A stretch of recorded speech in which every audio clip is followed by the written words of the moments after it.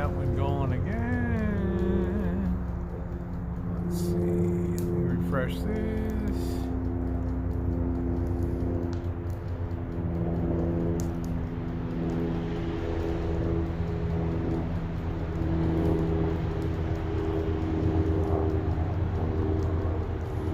All right, we are officially underway. Sean, first in tonight. Welcome, Sean. We are first in. Huh? I don't see mine's on me. I don't know why. I got a notification you were live. Okay, hey, am I on, Mike James? Let me know. All right, here we go, guys. We are getting underway. No, I don't get a strike. All I get is a copyright match. That's all. All right. We're underway. Got that all set up over there tonight. I'm going to be tending the fire. The potatoes are in, and the king is getting ready to address the cook stove. So it should be exciting tonight. You don't want to miss a minute of it. When are you going to shoot shotguns? Never again, Schmiggy. Never again.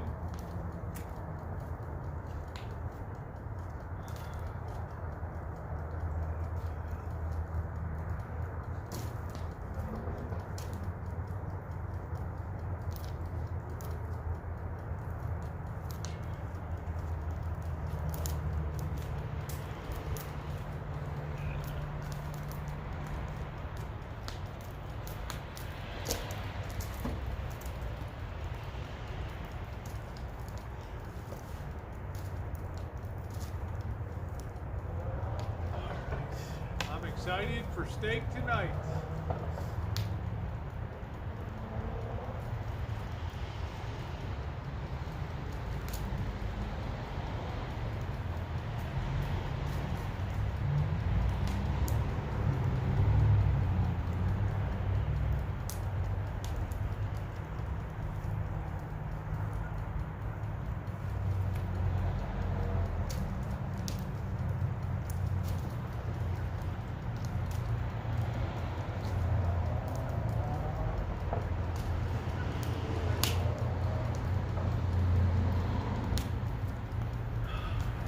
Welcome everybody to the official start of the stream. Nice to see all you. We are underway. We are back. And we are ready to roll here.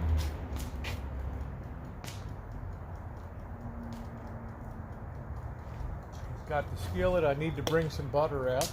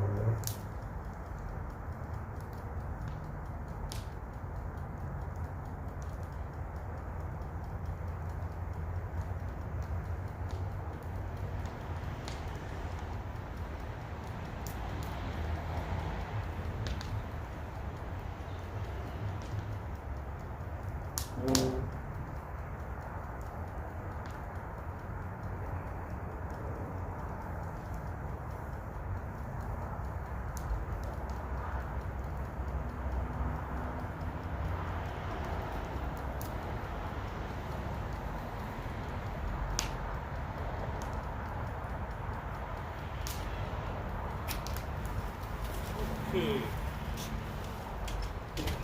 Gonna get the cooking here. How you doing, Mike James? Nice to see you, brother. I'm gonna give you a plate here, and we're gonna get my seasonings here. We got 3 ribeye steaks here that we're cooking.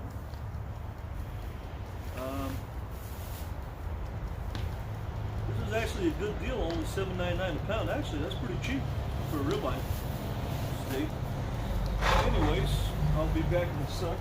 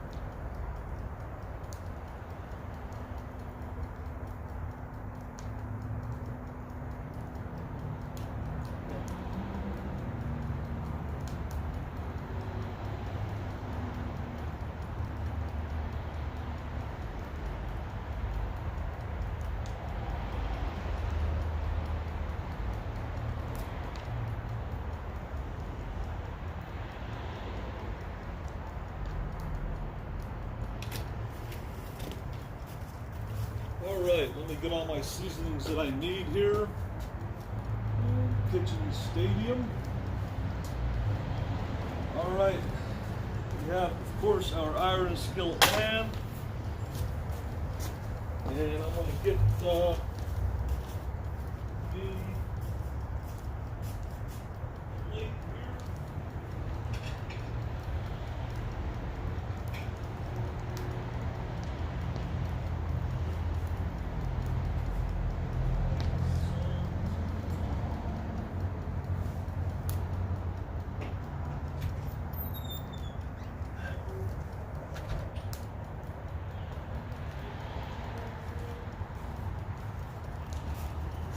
Here comes the butter, Marshall. We got the butter up here. Yep.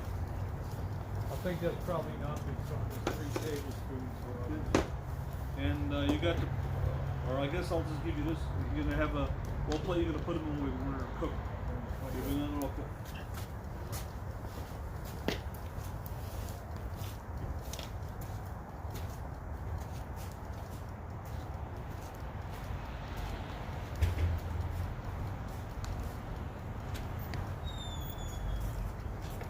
Okay.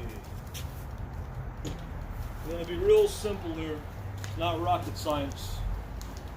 So all we're gonna do right now is I'm gonna get my wooden spatula.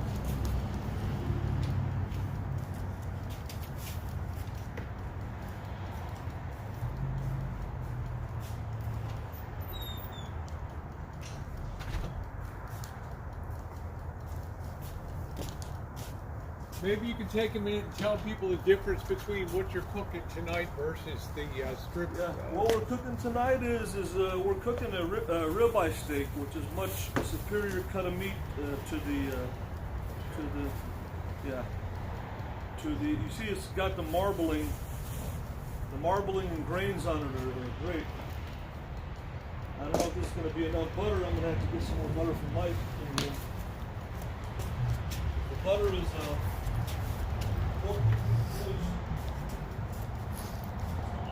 grab some of this butter here.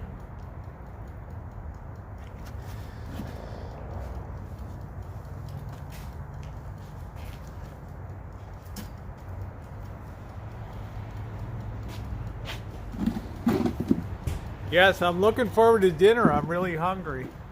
Yep, we're not going to have ball sack tonight. This is a 15-minute thing here. Okay, well, I still got potatoes, so you might want to wait a minute to...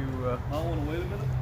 let me see, because I'm going to finish them in the fire. I'm going to wrap them in foil and pop them in the fire. Oh. What are you doing to the potatoes now? I have them in the oven. Oh, those take a while. Yeah, they started them quite a while ago. Oh. Microwave them for 5 minutes, let them rest, then re-microwave for 5 I like to minutes. season these while you're doing that. I don't have to put them in the all pan. right. So all we're going to do is, it's very simple. Last time I shouldn't have poked the steak on the inside because you don't want the juices to seep out. All I'm going to do to this is the ribeye steak. It's a much better steak than a New York strip. It's much better marbled. It's a lot juicier. It's a lot tender. The grains on it are better. They use this for Philly cheesesteak in Philadelphia. That's why this is the preferred steak. When we went to the store, there wasn't many left because these have a better marbling than the New York strip. Any way you slice it or dice it, ribeye is the best steak, hands down, of any steak. As far as flavor, as far as tenderness, filet mignon is the best, but ribeye steak is tender and it's flavorful. It just has a great marbling to it. And it's cheaper than filet mignon. So all we're going to do right now is I'm going to season the steak. And we'll see what Rosie wants me to drop it. We're going to make a little roux gravy. And all we're going to do is just throw some flour in there, some beef broth, and some mushrooms and butter. And we're going to make a little gravy topping for it, a little pan gravy. Now all I'm going to do is simply is, I can actually just season them right in here. I'm going to cut this package open here for the steaks. See if I'll bring you guys here so you guys can actually see better. There. That's good. You can see the fire on the steaks. See if that focuses. Oh, there we go. Anything else you need, Marshall? That's it. About 15 more minutes, they'll be out of the oven, wrapped and into the fire. Okay. I'll put them in the foil.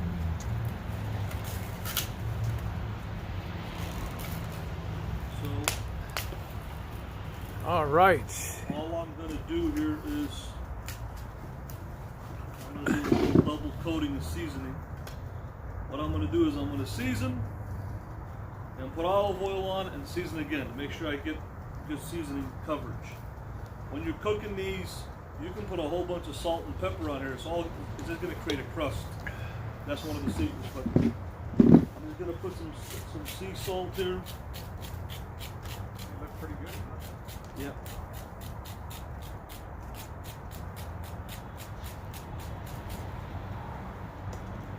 Let's put some of this cracked black pepper.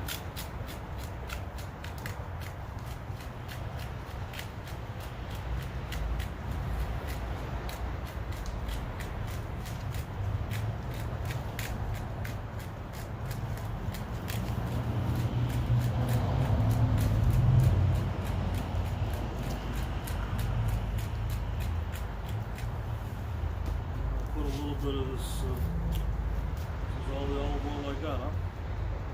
Well, it's the one you left inside.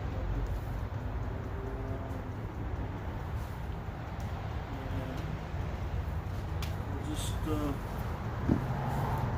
rub that on the top of the steak. The chef is doing his pre-game preps here at Kitchen Stadium. A little bit of olive oil, salt, and pepper. The magic ingredients of success. Let's go back to Kitchen Stadium. A little bit more seasoning here.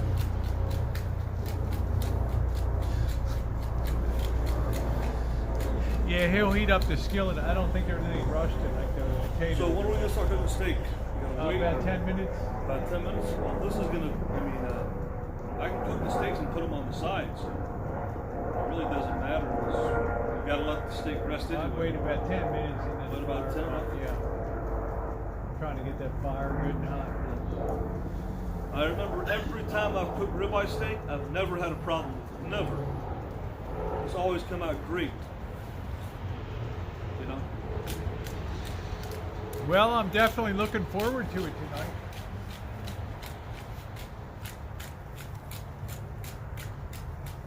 A little bit more.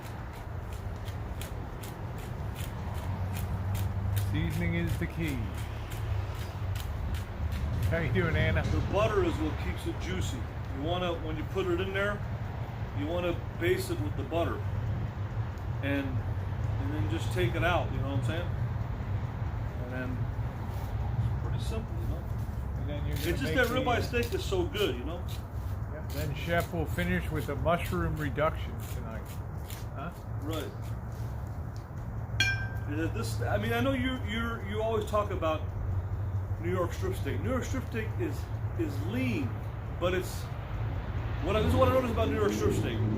Now, there's I've had the sirloin at Waffle House, and it's tender. What I noticed in New York strip is that if you even last time I cooked it, the thing was undercooked, and it still wasn't as juicy as a ribeye because it doesn't have the marbling. It doesn't have this kind of marbling and the kind of grain, and that's why they use this for Philly cheesesteak. They don't use New York strip steak. Okay. So if you want something that's lean, I've had a lot of New York strip steaks that were good. if you want something that's lean that tastes good, you go for filet mignon. And if you want something with marbling and flavor, then you get ribeye. The strip is like right in the middle, where it doesn't have the marbling and flavor of the ribeye, and it doesn't have the tenderness of the filet mignon. Okay. It's a problem steak. Hey, RB Fat Cat, it is, what are we doing tonight? We're doing ribeye steak tonight, baked potatoes. I'm going to be wrapping them in about 10 minutes for a finish. And while they're in there, Marshall will be doing his thing with the steak tonight, and then he'll be making a mushroom reduction. I sauce. cooked the steak in my van a year ago. I have a video of it, or a couple of years ago, and it was thinner than this, and it came out great. I never had a good. problem with ribeye. Well, I'm looking forward to tasting it for sure. Yeah, I mean it's We got a good fires on tonight. I got an area to drop the potatoes in and just let them sit on the just get the coals. pan hot, and Yeah. But I don't know why Rosie prefers this. The strip steak it doesn't have the tenderness and leanness I've of always the filet enjoyed- mignon. I've It doesn't always have the liked it. marbling I've of always the liked it. ribeye, so it's a problem. I've always liked a good strip steak. Judy, I answered your, I'm not much about phone calling, honey. Text messages are the way to go with I me. think that a sirloin. Hello, pretty much- smooth operator. Nice to see you. A sirloin pretty much tastes like a strip steak, but it's half the price, and it tastes just as good. A sirloin. Yeah, What's the difference Gordon between Ramsay. a strip steak and a sirloin? It's got the same. The strip. That was funny. They said Gordon Ramsay would blow up Kitchen Stadium, if he came to visit. I would smack him upside his head with his spoon. Okay, I don't like him. He's too mean. Oh, Biscuit Sopper had prime rib tonight. Yeah, prime rib. I'm trying to understand. Is prime rib from the same cut as ribeye? It looks like it. Pretty much prime rib. When you look at it, it looks like a ribeye, right? Yeah, it Isn't does a look. ribeye? It does look like a bone on. Oh, you made the Puppet Man again. Outstanding, Smooth. Good deal. Do you hear that? Smooth I made the did. Smooth made the puppet guy. But he hasn't been talking about us for a long time. Yeah. Swanson's Hungry Man steak dinner. There we go. Ladies and gentlemen, I have been alerted. Yes, we do have. Let me just get confirmation. Yes, it's been confirmed. We do have the great food critic Anna Alexa from Asheville, North Carolina in the chat tonight. So it'll be very interesting to get her take on what happens in Kitchen Stadium tonight.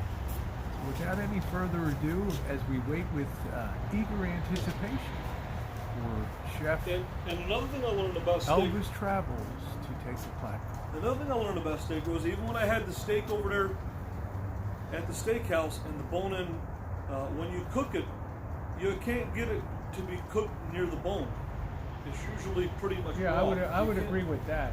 I would You agree can't. with that. That's It's another hard to problem get. with the bone-in. Yeah. But Bone-in. it's tasty though. The bone in is a good thing, but I rarely eat bone in. Yeah, Unless it's, it's a T-bone steak, which I rarely have. 'Cause it's I too would much. like to go to a place that makes a good strip steak. And so far, you see a lot of these buffets, they have the sirloin on the buffet. The buffets in Vegas, I've had the sirloin. Chinese buffets will have sirloin. Sirloin, yeah. Yeah.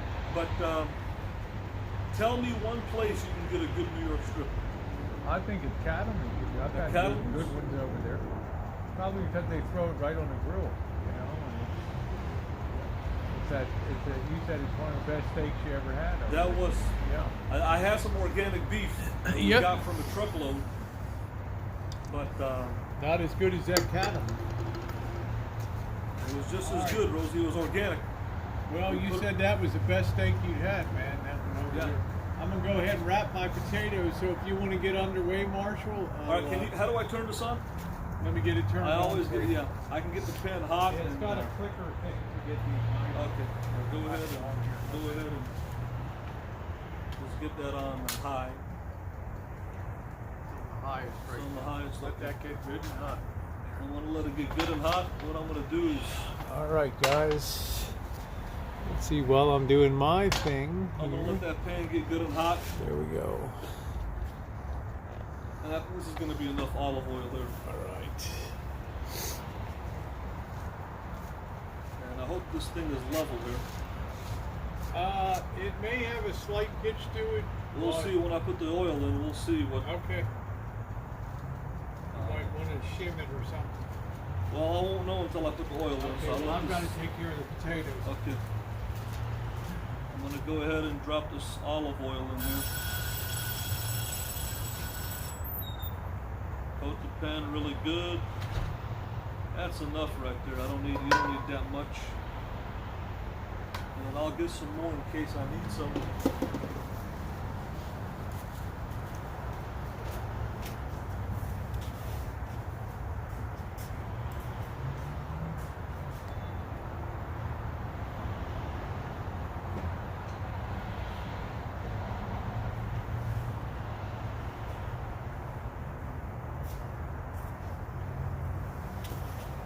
To get that oil really hot, you got to get the oil really hot. Put the steak in there and just get a good sear. And what I'm going to do, I'm going to go ahead and I'm going to cube up some butter here. Because we want to use a lot of good butter here to get this moistened here. So I'll cube these up as we need.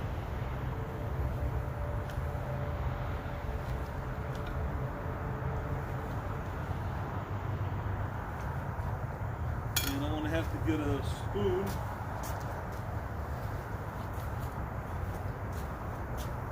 Let's see if Rosie can give me that big soup spoon.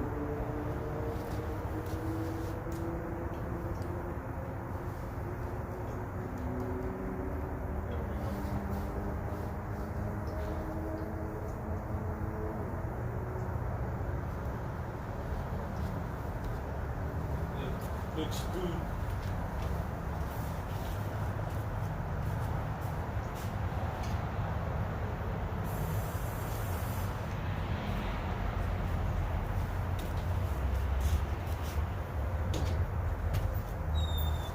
One thing you can give me, Rosie, is that big spoon, that soup spoon thing. I'll try to. All right, let me pop the potatoes in here. Hold on. Okay. Get this pan nice and hot. Okay, I'm going to pop the tomato. I'm going to pop the potatoes in. They've already been cooked quite a bit. They need to finish off.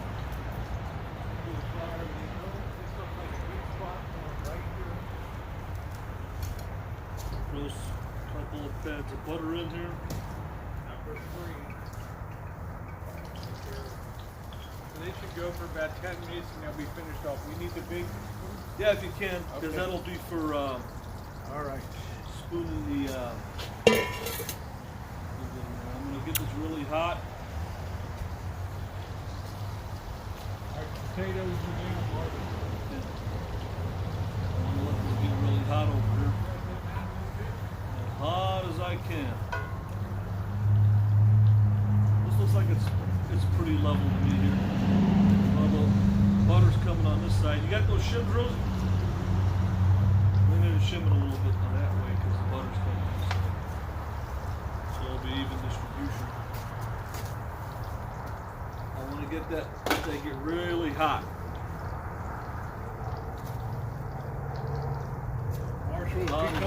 Marshall's become an expert at shims. Huh? Yeah, we need to put one here and one here to shim. Rosie and Missy Jen, you made my Christmas happy. Tilda Motorola Craptello LB. Well, thanks, Craig. Oh, well, thank you. Thank you, Craig. I appreciate it. Thank you very much, Craig. That was awful nice of you. Much appreciated. Made your Christmas great till the Motorola. More on this end. Right here. No, right here. No, not there. Right here. Right here. No, just put them like this, like the way I have them like this.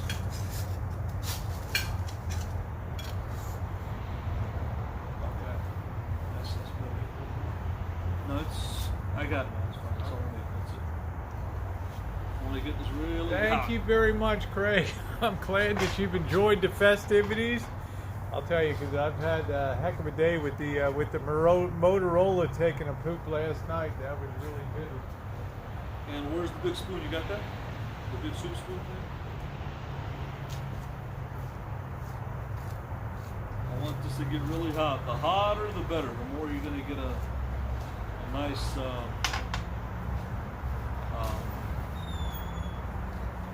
sear. So you want to get that pan as hot as you can.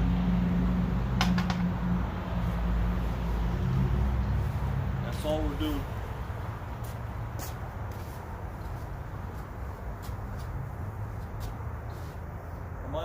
live here on Elvis Travels. Give me a 69 if I am. What the hell? It pan's getting hot.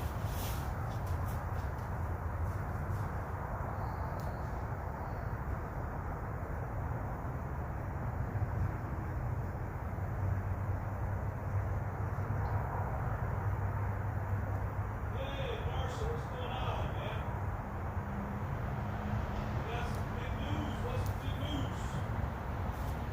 What's the big news, Marshall? I'm cooking ribeye, brother.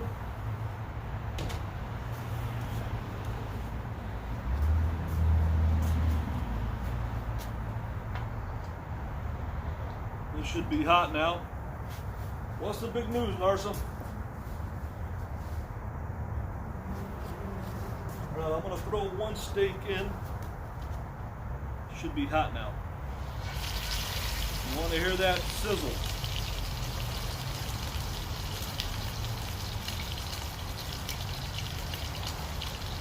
Throw another one in. And the big boy in.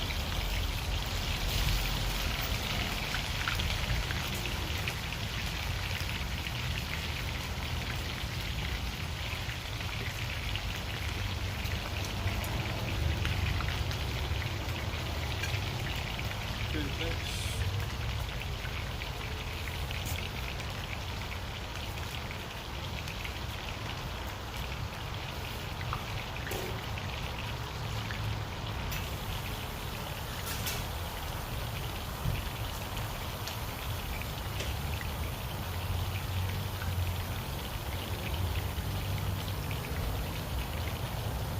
All right. All right. We got about, somebody can give me a timer here. I'm going to leave those potatoes in for about 7 more minutes. How you doing, Cupcake? Nice to see you, and thank you again, Craig. Much appreciated from you. Narsa said he's got some big news. Who does? Narsa. He's got big news? Yeah, maybe he got a job in California. Who knows? Another relative on the Rancho. What's the big news, Narsa? You coming to the land full of milk and honey?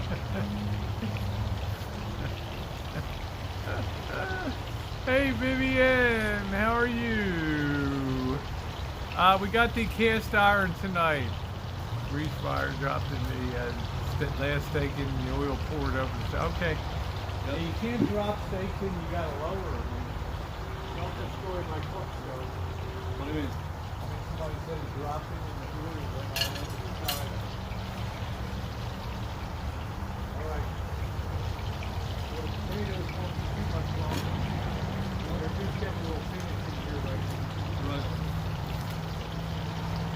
Cook those brown really good. They need about, so when you put those steaks in there, it brings the temperature down a little bit, bring it back up. Okay. Once we get a little sear in there, then you could take them out.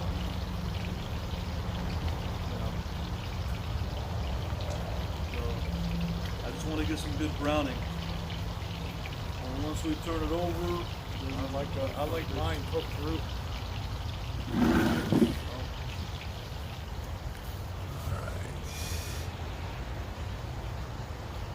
Deep fried steak.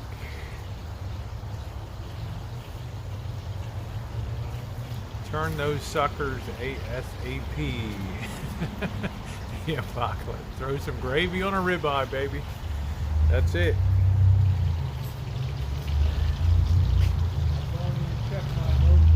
all right. When I come back, I'll be ready to take those potatoes out. All right.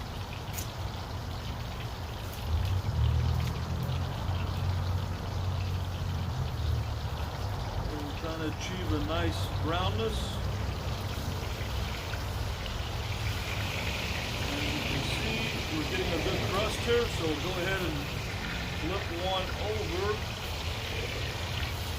We've already got a brown on this. Bam. This one here, pretty brown, it's not bad. You've already got your crust. Bam, see that?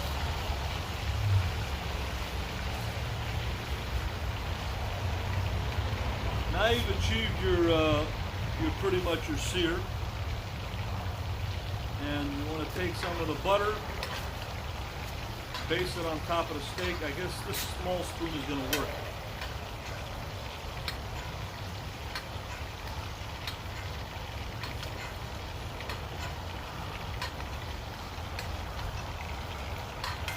You've already got your sear. You don't need more of a sear than that. Now I've done this. Get your sear on, baby. I'd rather undercook and put it back where you could do it the way you want it. That's something that's really tough to know because we don't have a meat thermometer. So when you're ready to take them out, I'm going to leave that on you, Rosie. Because everybody's got a different taste. It's tough to know. That's a tough question. That's the tough part. I've already got. I'd rather to undercook than over because you can always throw them back on. I don't like too undercooked. Whenever you think that they're ready and you're finished. Well, I'm not cooking them tonight. It doesn't take that long.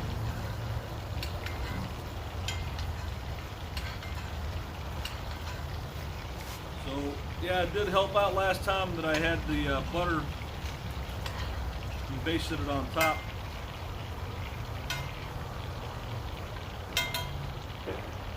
How's the heat level? Okay. It's all right. This never will be as good as a Coleman, but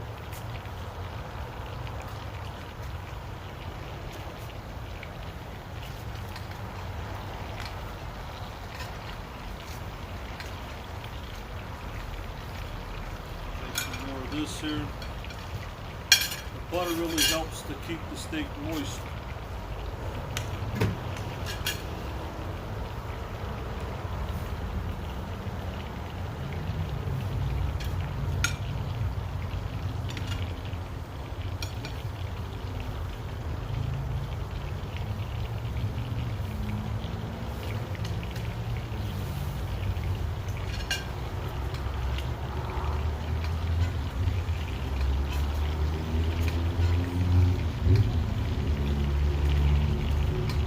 Got our sear, it's just a matter of cooking the inside, basically.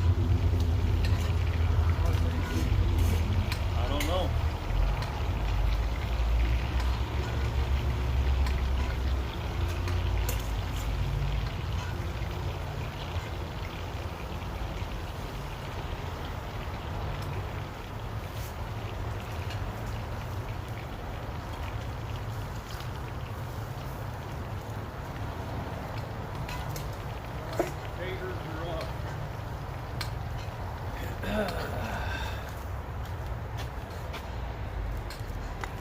You're finished in the fire. So whenever you're ready to pull them off, I'm ready, Rosie. Because it's really hard to know what the level of the inside is. Mine the same as yours. Well, to me, it's trial and error. You really never know. That's the tough part of this. But basting it with the butter like this, it helps to keep it moist. I didn't want to over-sear nothing. You can always put it back.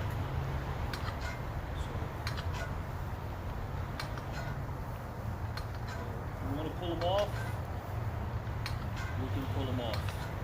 Your call. To me, to know the inside, that question, I don't know. You'd have to have a meat thermometer to know. That's the hard part. You don't want to overdo them, so whenever you're ready to pull them off, I'll pull them off. Well, I'm not going to make the call. You are.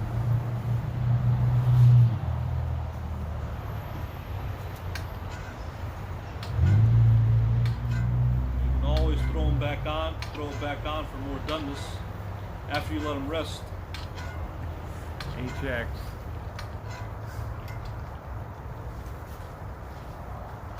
Work on this side because it's easier. I know the butter will keep it moist. Well, I'm hungry. I'll eat any kind of steak. It doesn't much matter. But to know the inside of them, that's not an easy thing. That's the toughest part. I overcook. I mean, I did it well overcooked it. I don't want to overcook it, so.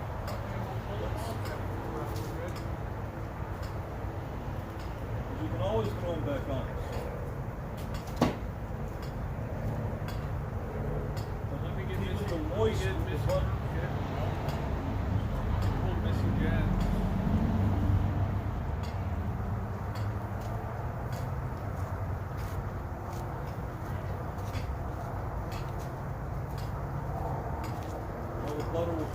nice and moist. Okay, Missy Jen. Give them another flip, and then you can always throw them back on. They're not done.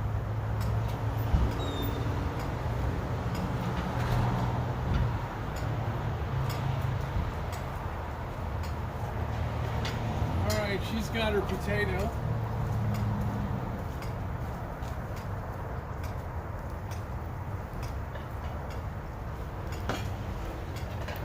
Another flip, and then I want them extra juicy, moist with this butter here, because it is a thick steak. Now I'll just give another flip, and I'll transfer it to the plate. So let me get in there.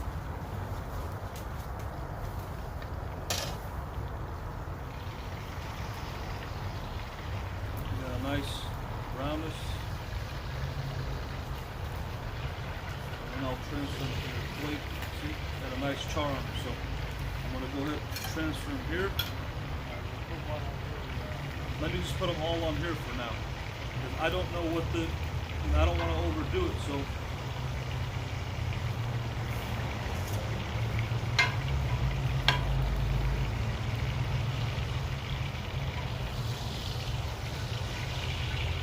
don't put them before, just let them rest.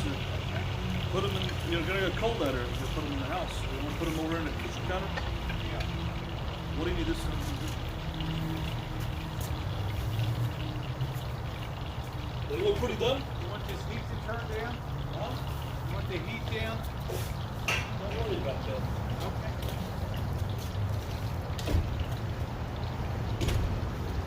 Now I've got all this good flavor in here. I smell good potatoes. So we got this in here. I'm gonna get my other receiver working too. Get my butter ready.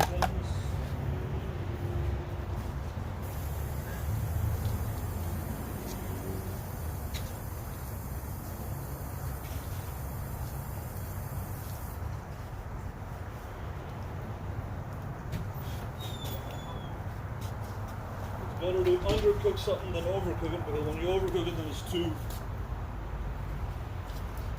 You can't fix the problem. Now this is hot here. Let me get a towel.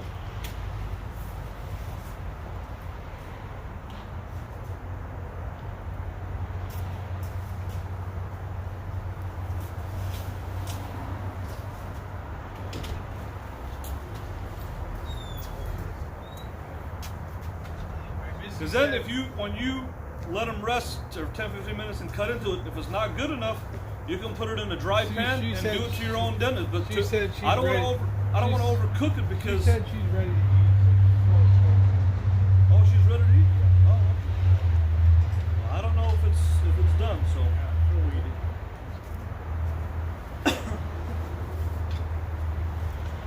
You got the mushrooms and everything? Yeah, I got it.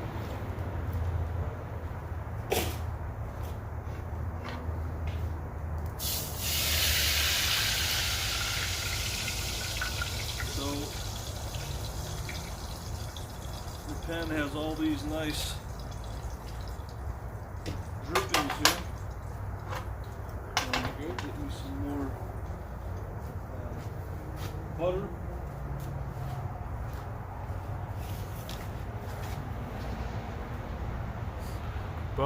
Bon appetit. Let's take this into Missy Jen.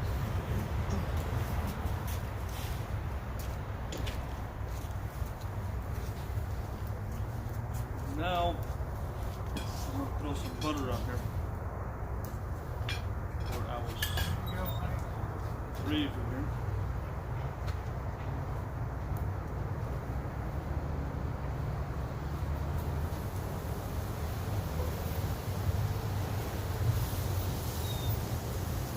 Throw our mushrooms in.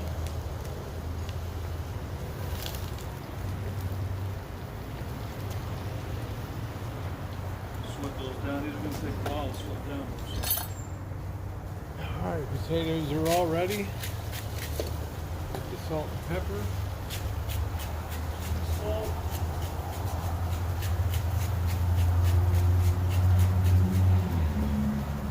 Black pepper.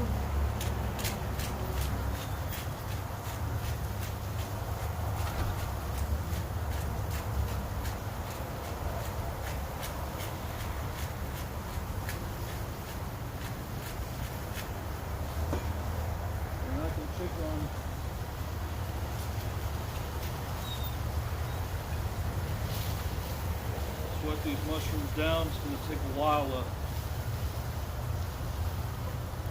cut these mushrooms down to a golden.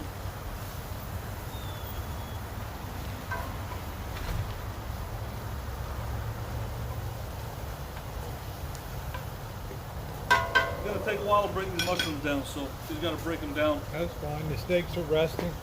Missy Jen's happy. I'll just check on it, see how it came out. Got my salt and pepper. Just curious how it came out. I didn't want to overdo things.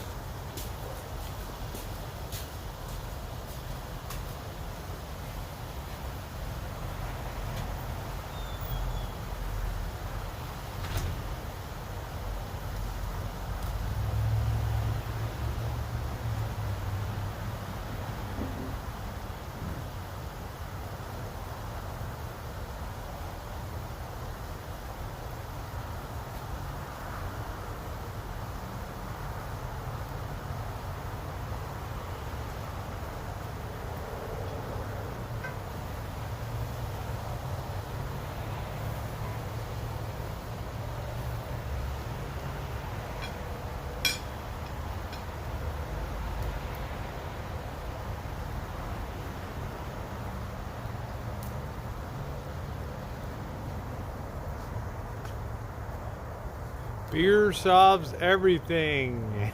My butcher's on suicide watch. What did I had a butcher? That sounds good, Bob. Remember, success has many fathers. A failure is an orphan. White pepper will give you bad gas, huh? I don't think I've really ever had white pepper too much. His Aunt Edna says, am I going to eat? Or am I going to starve to death? Cut me a piece. There we go, Janie. The fish club.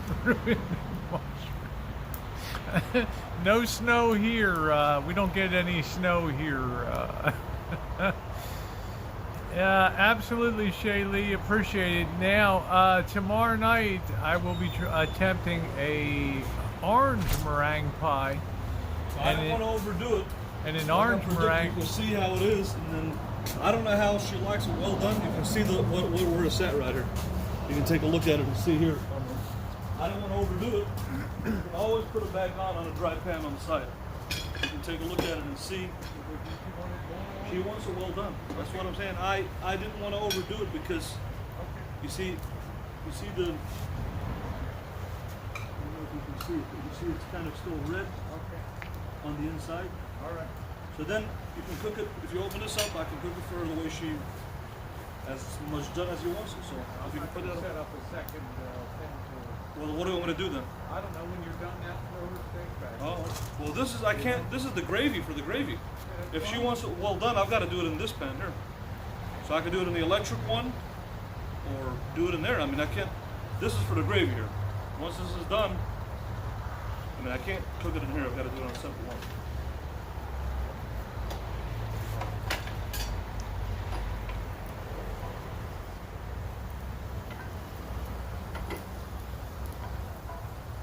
I didn't want to overdo it because you can always put it back and have it just the way you like it.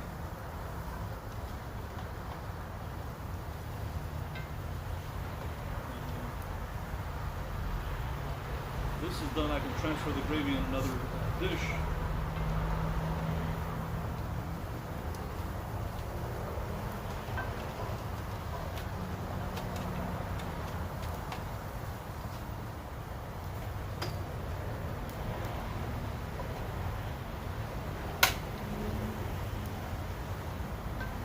just put it in there. I mean, it doesn't really matter. I can do it in there. I can do it in there.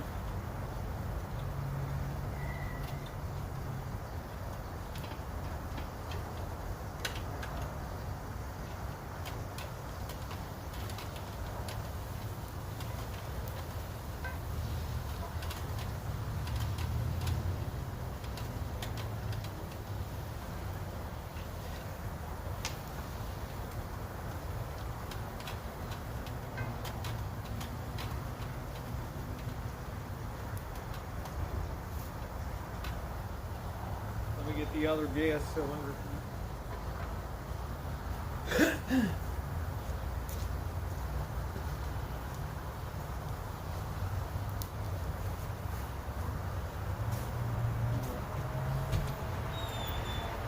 I'm gonna make them. Now what? Cover with a foil and let it rest 10 minutes. Done. Well, I don't. You can always cook them in the pan. So.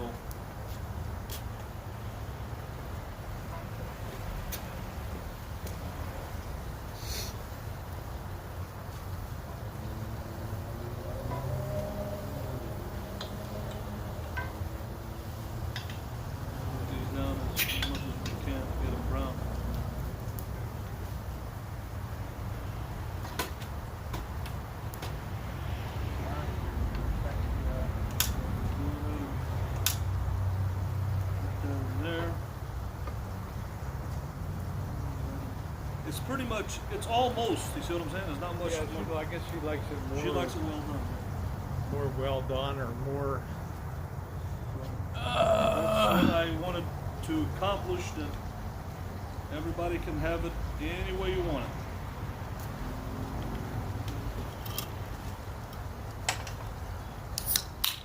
Let that heat up. This is breaking down. Yeah, the steak is, it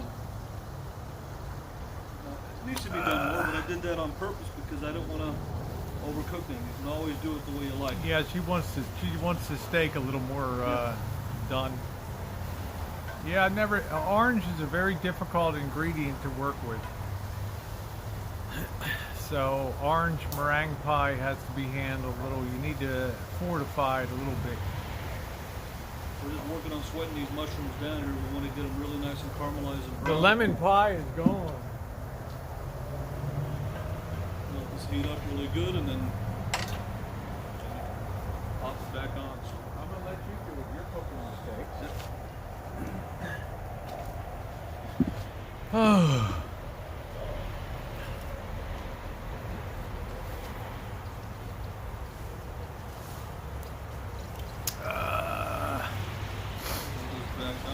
Oh, you're making lemon meringue tomorrow? That sounds good.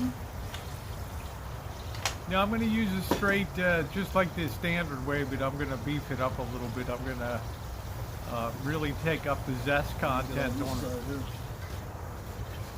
pretty good, baby. Keep on sweating these mushrooms down. They're nice. Oh, I'm glad I motivated you.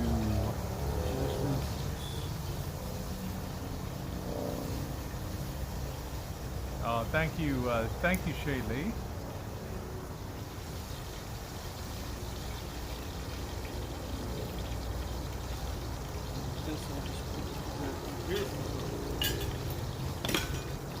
Coconut cream pie, love that. Hey Eddie, how are you?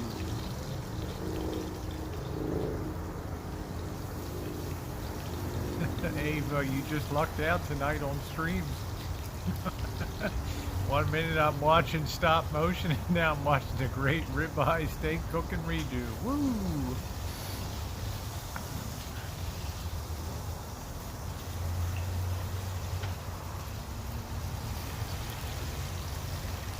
Coconut salami. Lock the oil up. There it is. Thank you, RV Fat Cat. Oh, thank you, Lamar. Had a major problem with the Motorola today when it picked up.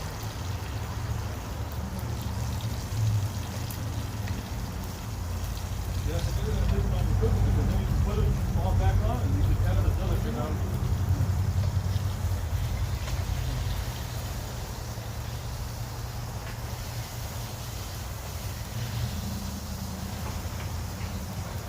Whenever you think it's done, I don't know how to.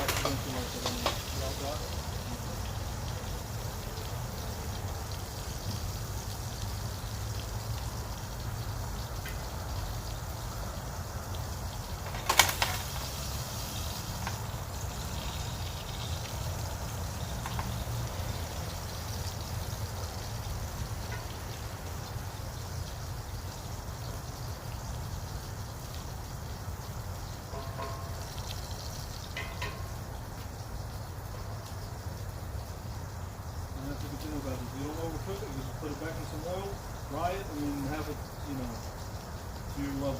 Instead of cooking it in here and not knowing what the balance of it is going to be.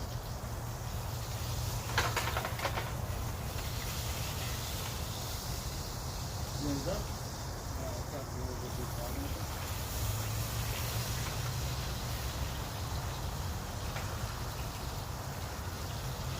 Put it on that plate to go there. Robert, I'll take the pot if you're not going to use the pot anymore. Well, if we're gonna, the steak is the same level as this. I like mine a little more well done, so it's Can you remove the mushrooms, put the sauce into the pot Yeah, I right can do there, that. and then go back into Yeah, our... yeah. Okay. That'd be a lot easier. I can't cook the steaks in here. These have to do with meat. The sauce, and I gotta get to these. These are all the ones that I love when they're done with.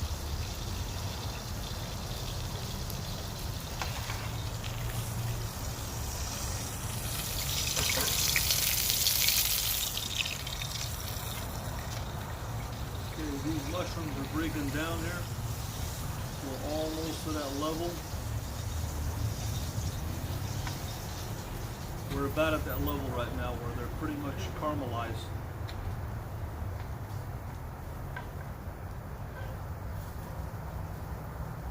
And now what we're going to do is just a little bit more caramelization, and then we'll add our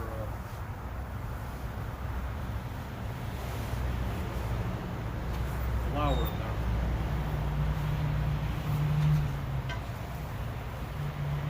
We glaze with beef broth. Put the flour down. These are pretty much almost there. I like to get them a little bit more caramelized. I like my mushrooms caramelized. We're almost there. I think I'll go ahead and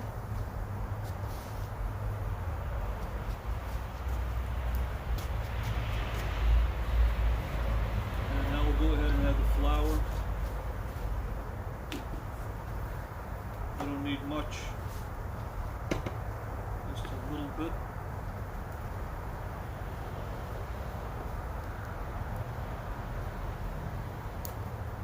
That's it.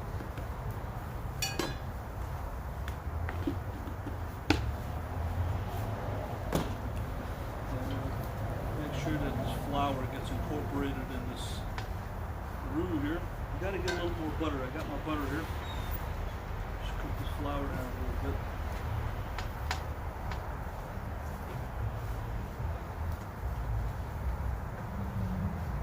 A little more butter.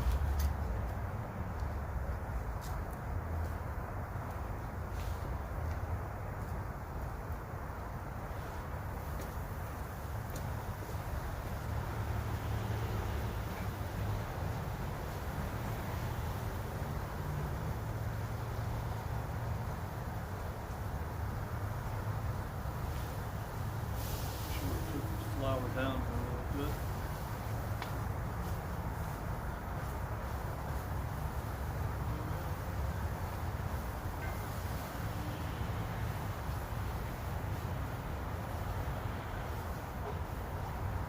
Butter down.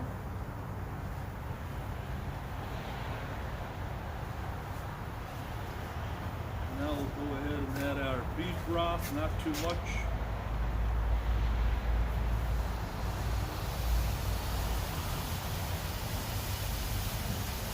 Done with the broth, I'll put it away. What's that? Got your flour there. No, I need it. I'm not done.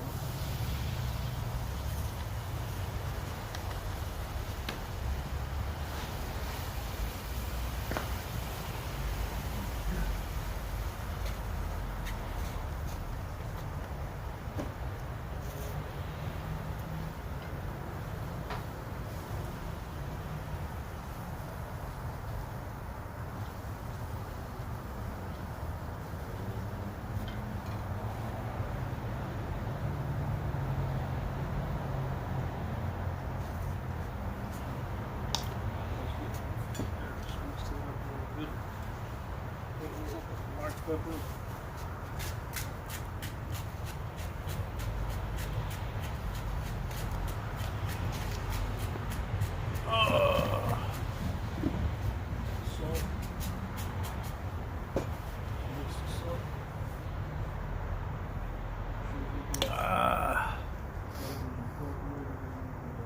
Anybody getting hungry?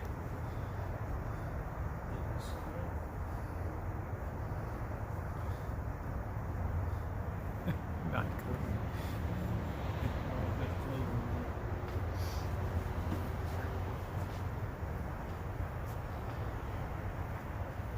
Smells really good with beef.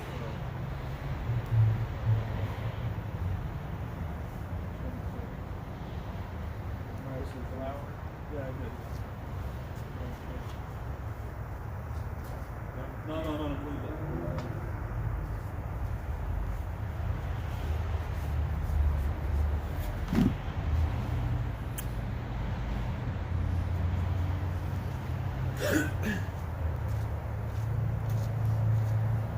That's enough there. I'm just gonna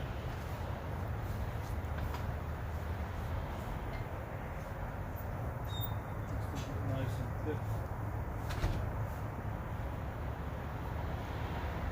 Mushroom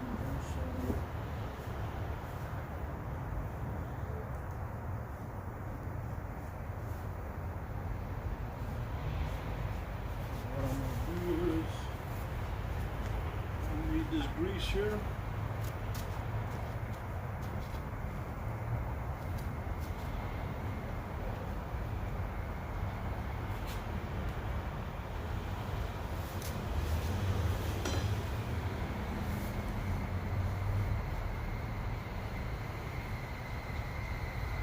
Grease on this pan.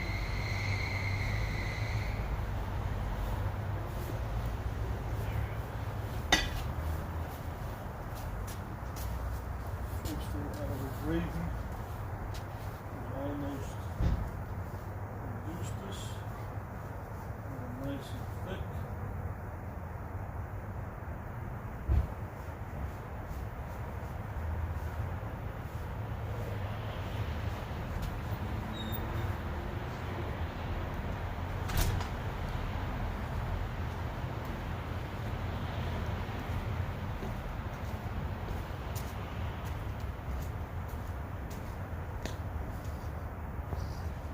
All right.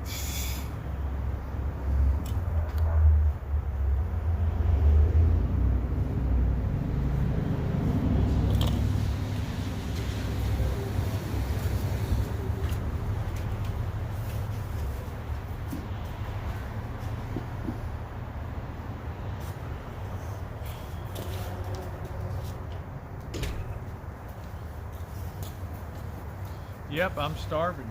Yep. This beef gravy looks really, this would be great on mashed potatoes. I am hungry. Yes, I am. It's got a lot of flavor in it, man. This is going to be bomb. So now I need to transfer this to here. And then we'll finish off the steaks. Man, this is really good, this beef gravy, man. It's probably the best beef gravy I ever made. Yeah. Don't be dumping grease on the ground over here. What's that? Don't dump grease on the ground. Where are you going to dump the grease Well, at? just tell me. I'll take care of it, okay? I dumped it The dog right there. comes out and licks it, okay? Think that's good for him? Well, where do you dump grease at? I take it on to the side. Oh. Gravy is done. Why do these people, why do they play like this childish game where like they tattletale, like it's little stuff, like they're so childish. Like I'm the dog will lick the bird with the grease. All it is olive oil. It gets dirt too. Well, It only takes a minute to do stuff the right way. it's just these people are so freaking like they're so freaking like I don't know. They're annoying. Okay, so now what I'm going to do is we'll cook these steaks to a doneness. How does this thing come back on again? Which one? Which side? That one, man.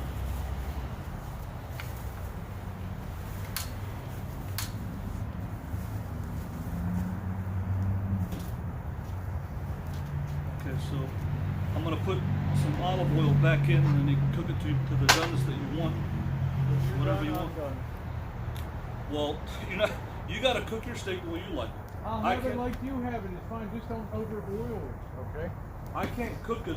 I don't know. Whenever how you, whenever how do you're, you want your steak? whenever you're done, I'm done. I can eat steak from rare to well done. It doesn't matter to me. All right. You gotta cook yours the way you want it. Yeah, whenever yours is done, mine is Make done. yours the way that I don't know how you want it. That's up to you. So in other words, if I tell you however you like it is how I'll eat it, you're still gonna. Well, with steak, it's, you know, it's not like you're cooking on a grill or you're cooking in a pan, so it's really hard to know the doneness.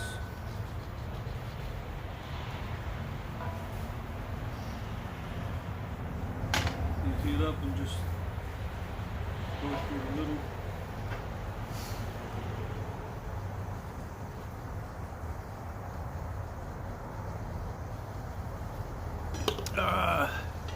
Hey, perfect. How are you? Good evening to you.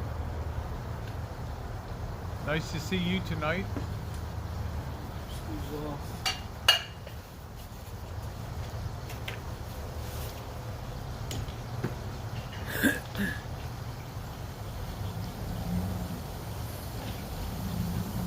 Kindly.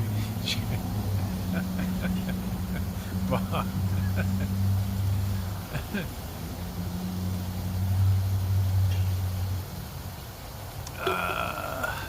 TC, I don't even know you on the chat, okay?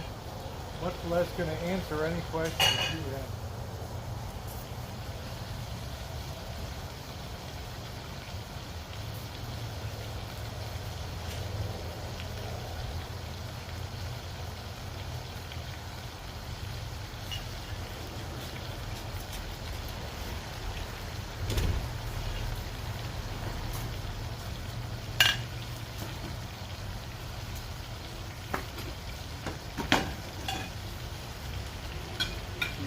Cook to the doneness that you want. I don't know what you want.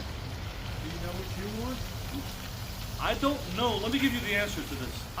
You don't know how these are cooked on the inside. There's no way to know. Do you, if I said to you, whenever yours is done, mine is done, that's a hard proposition? No, I mean, I don't want you to tell me that it's overdone because It's fine. that's up to you It's what you fine. want it. Okay, I just told you whatever way you like it, I like it. I like mine a little bit well done. Yeah, that's fine. I don't know how you want yours. Well done sounds good. You know.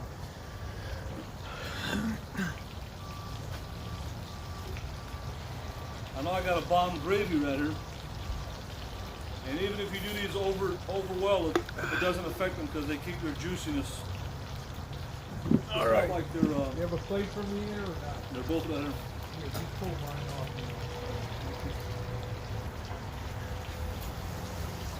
Want some of the gravy? Yeah, put some gravy on top.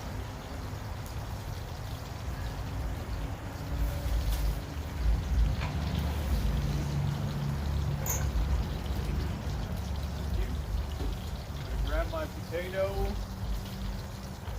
Looks good. Does look good. So I'm going to put my helmet on now and eat it. Got my baked potato.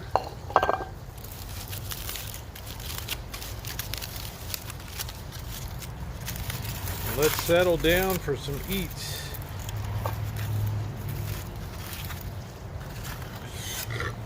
Put my helmet on.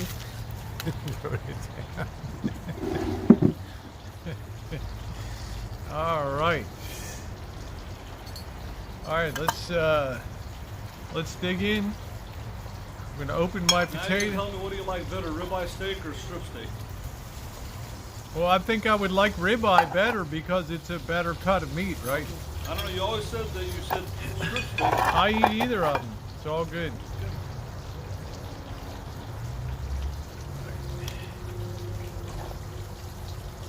Looks good, huh?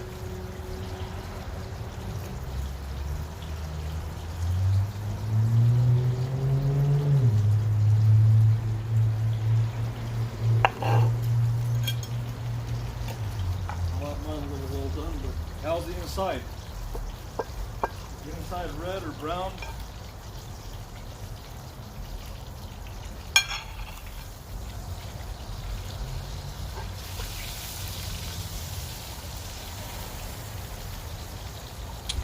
I need a fish glove at this point.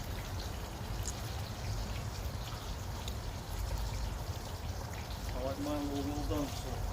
Let's test the gravy here. Good.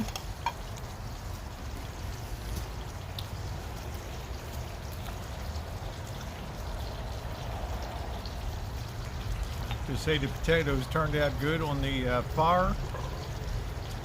Cheers, everybody.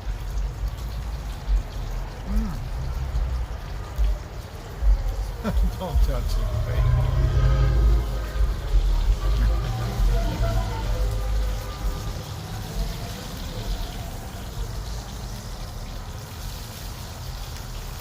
My potato is delicious.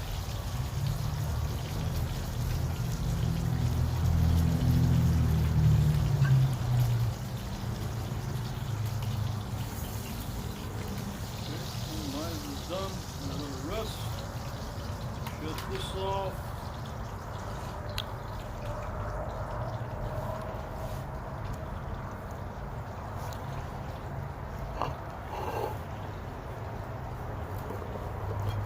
I can actually eat steak across the spectrum and enjoy it.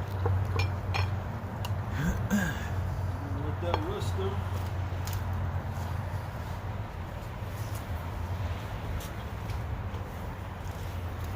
Room temperature.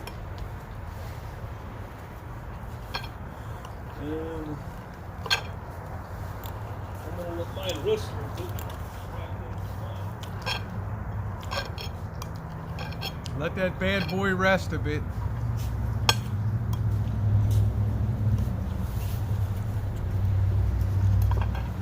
How is it? Good. Good? Good potatoes here too. They got a nice little char to them. Jen is eating. She's already eating right now.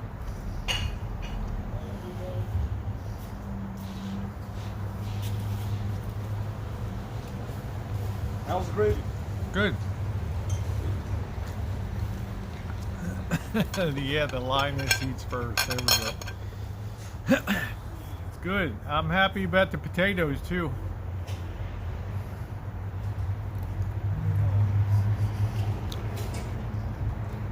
Something really nice. Wow. Something really nice about a potato that's cooked in the fire.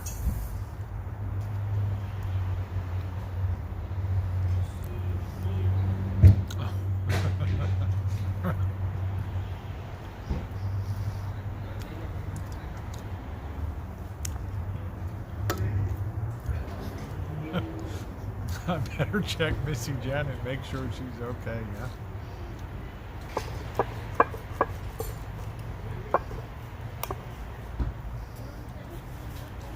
Gravy's good. Yep. Really good. Now I'm gonna. It's rare, but it's good. I mean, I can definitely eat it. You It's know? rare? Yeah, but I can definitely eat it. You know, it's tasty. Make sure to grab your potato. Okay, cool. Potatoes turned out good in the Potato? fire with the fire finish on them for like 8 minutes in there. Not burned up, but good. That's cool.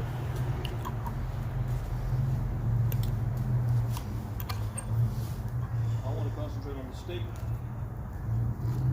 Let's see. Now,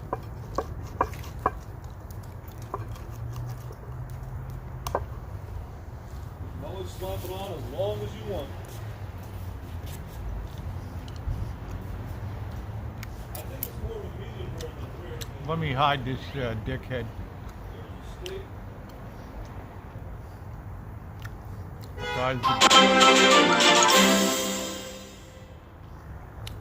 Marshall, get Rosie a beer and leave her There to we go. eat. And get rid of that dickhead, king of all things. There we go. That guy's the little Napoleon of Chicago. There we go. All right. Yeah, it doesn't taste bad at all.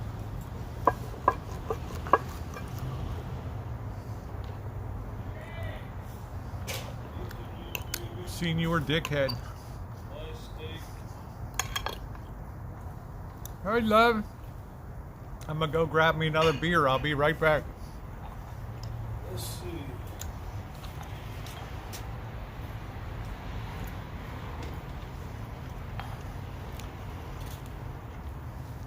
Yes, the ghetto You're is. saying it's a medium rare, Rosa? Or is it a It's rare? like a rare. Yeah, it's called. Okay, it's like a rare. I can eat it. Yep. Okay.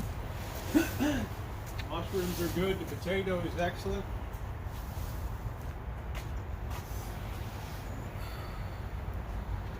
If that's a rare, then I might throw mine up there and have it a little more done, but that looks like it's a little bit rare.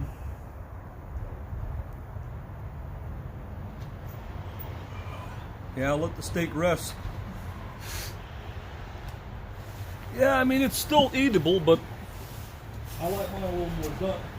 I can eat across a broad spectrum of steak, so. And that's why I wanted. All right. As long as you want.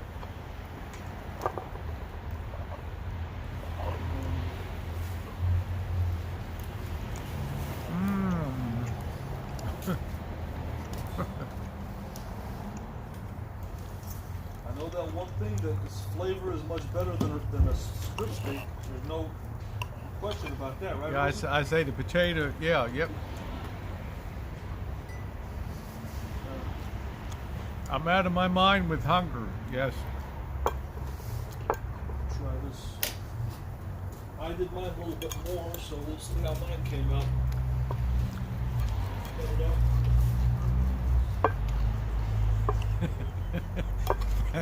Thank you, Amy. How sweet of you, honey. Okay. Let's cut it up.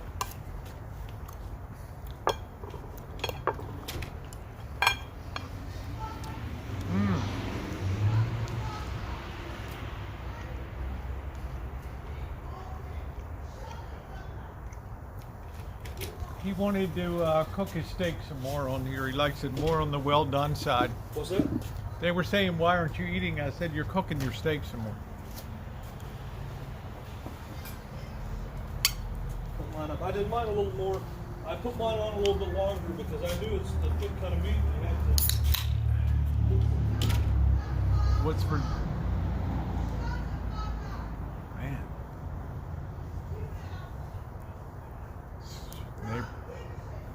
Somebody's neighbor's telling somebody to shut the F up.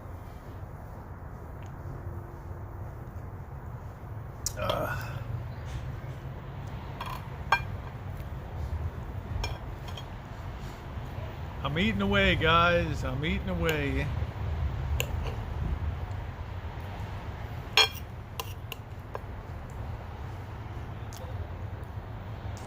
They're always fighting over there like cat and dogs.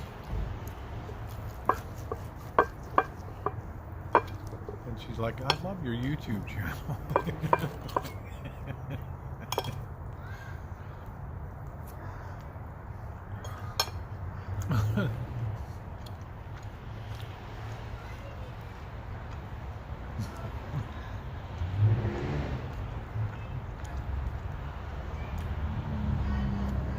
Thank you, Charla. I appreciate that. I don't know where. I think he's in the Shine Shack there.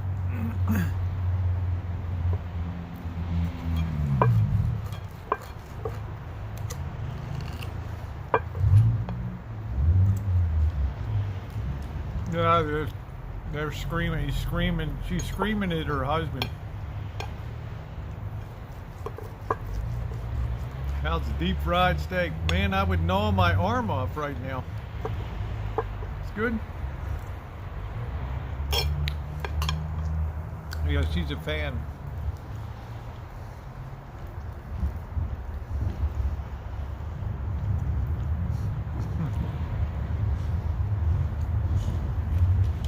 Hey, I put mine back on there and cook it, but I want to show people the yeah, level mine is cooking. your sound is not on. It's not. I don't even know. Well, how do I turn it on? Is it muted? You want me? Are you on Streamline? Yeah, yeah. Let me just press. Okay. So it's in there. It's on the tripod in there. So here it is, but I don't like mine that rare. Some people might like it like that. I'm gonna put it back on there, slide it back on there, get more doneness. Okay, your sound is on again. Is on again? Okay. Your sound is on again. Right. Some people like it like this. To me, it's a thick cut of meat. That's why it's tough to get it done on the inside. So I'm gonna slap mine back on and get it done. Put the gravy on.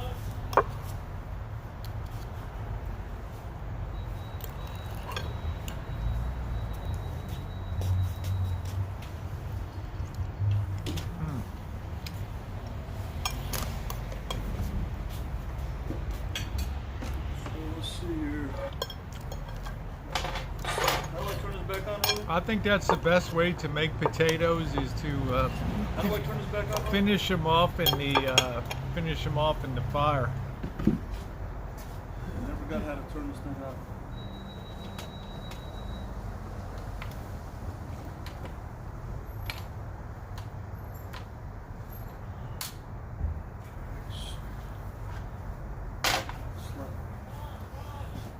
Back on. No, it's the lady next door yelling.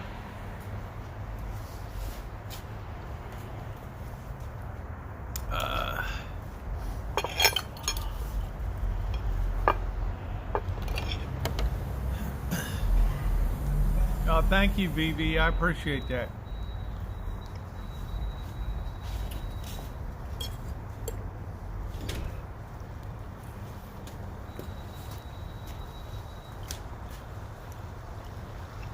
Oh, Yeah, the potatoes turned out good, Destination. I'm surprised.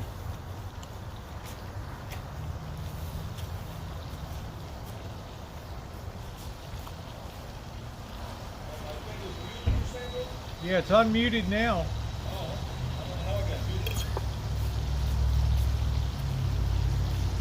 But I think that's the best way to do it, to just start them inside and then put them in the, finish them in the fire. Hardly, yeah. I know, Amy. They fight all the time, but they're a happy family over there.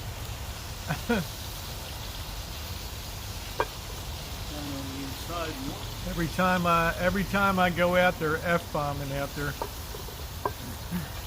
But it's the hood, you know. You'd miss it if it went away.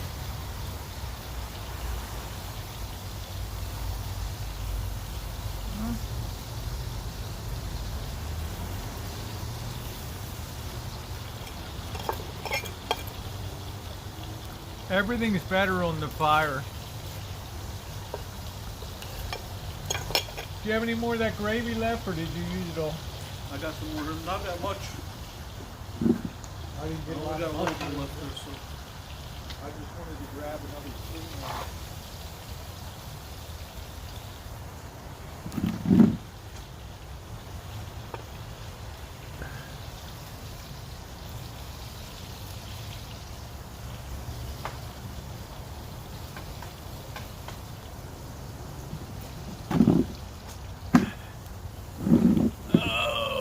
It's like, no gravy. I know it's 46 degrees tonight. Definitely better than the New York strip. Yeah, it's got more flavor, you know. I think it's good to use to add a taste to make a Philly cheesesteak. When you do that, My New Year's resolution is to quit smoking. That's my New Year's resolution.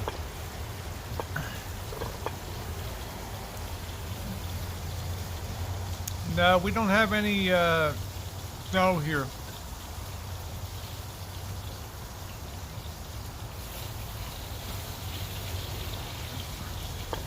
I haven't seen snow here since 1999.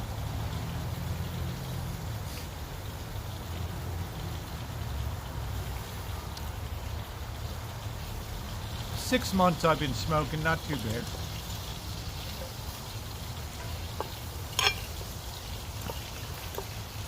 That's my resolution. think you need a good digestive cleaner.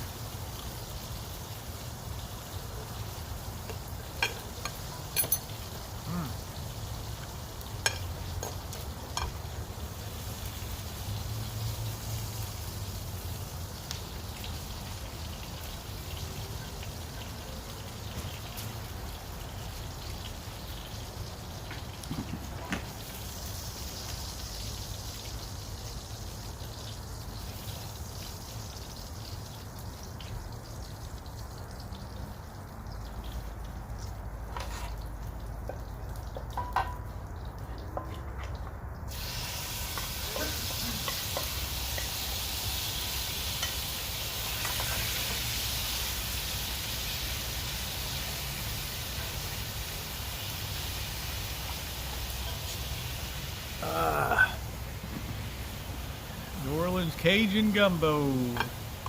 I don't know what I'm gonna make Saturday night. I'm not sure.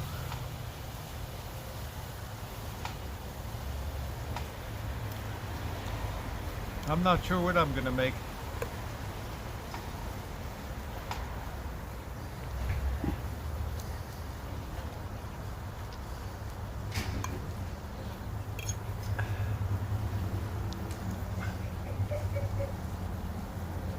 I know that potato sure turned out good.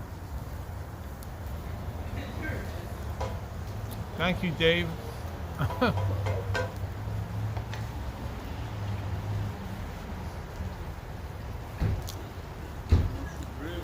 I'd say the ribeye is definitely better.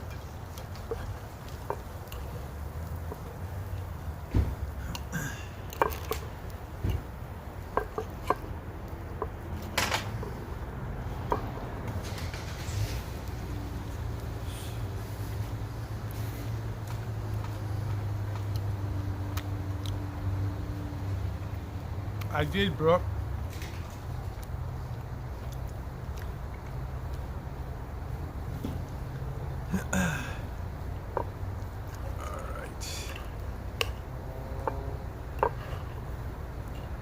I see you, Carlos. What do you want me to do? Shut down my stream and go over there?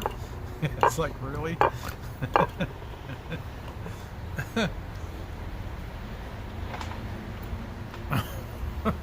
I actually had a taste just to make Philly cheesesteak with ribeye.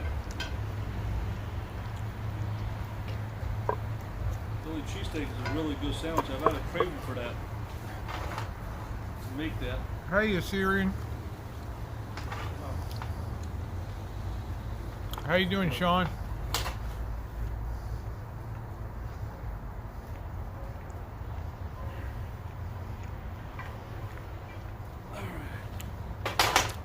That's done. Nigella Lawson, huh? Always had a crush on her. Well, let's see if I can get my fork.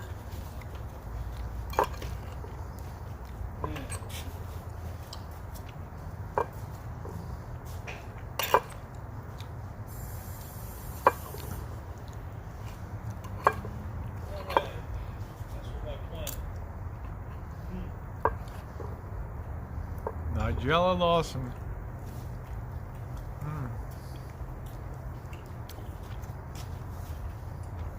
Good, Lucky, thank you. I did. I microwave, then oven, then into the fire. Let me show everybody on the light. Then I'll show roses. I got it the way I want it, sir.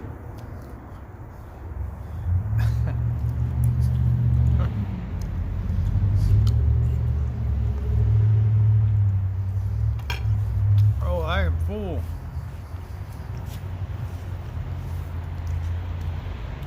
Who's my favorite chef? I like the way Ina Garten, she's not a chef, but she's a good cook. I enjoy her. Her recipes always seem to work for me baking. I like her style. And she's really cute with Jeffrey, her husband. It is Shane Dawson lipstick. My blue mom back in there. Anybody want to roll with the Rosie Girl tonight? I can show your people real quick.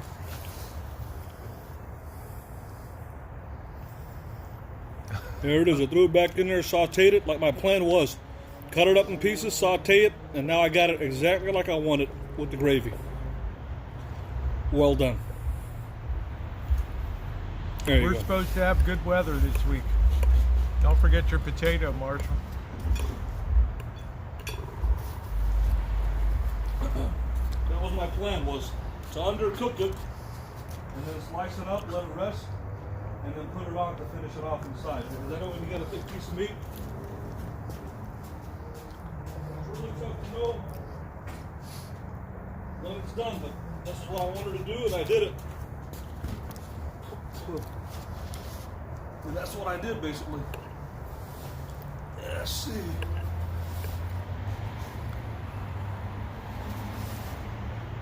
Well, I ate most of mine, but some of it was just raw on it. So Well, and that's why I did it the way I did it, because I told you to do mine the way you do yours. no, you pulled But it off. you when gave me wanted. you gave me a lot of nonsense about you got to have it the way you want it. Well, you Instead- pulled it off when you wanted it. You said pull No, it you off. told me you're acting like a fool. All I said was when yours done is mine's done. Right. Well, mine wasn't even done. I had to All cut it right, up in so pieces. mine wasn't either. Yeah. So that's what my plan was I was gonna. So my mangle of steak. I was gonna cut it up in pieces so you see it's done. As you people can see. Because that's the only way to really know it is done.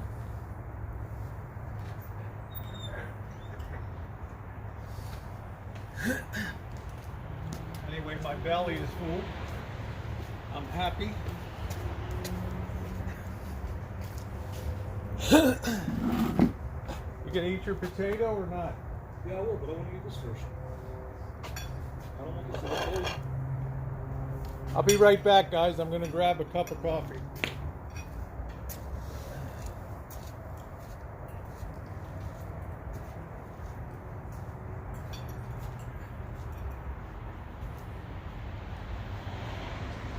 There it is.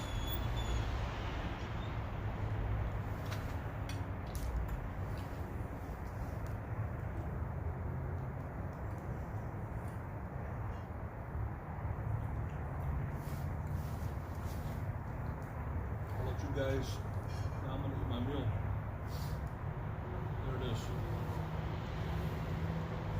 Okay. I'll cut it up in strips.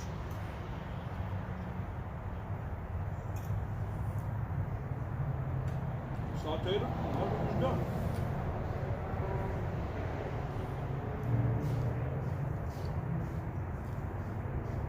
This was gravy, but I mixed it in with some oil because it has some oil at the bottom. But it was like gravy.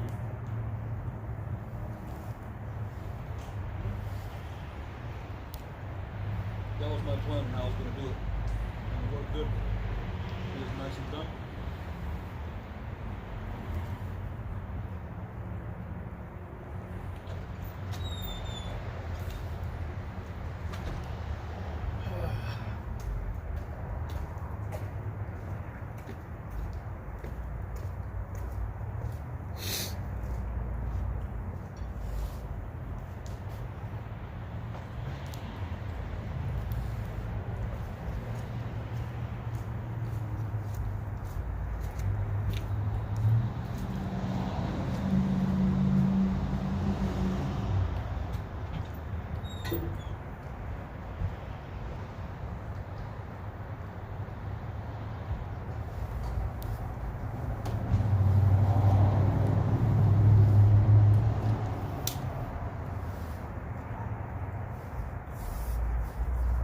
Good.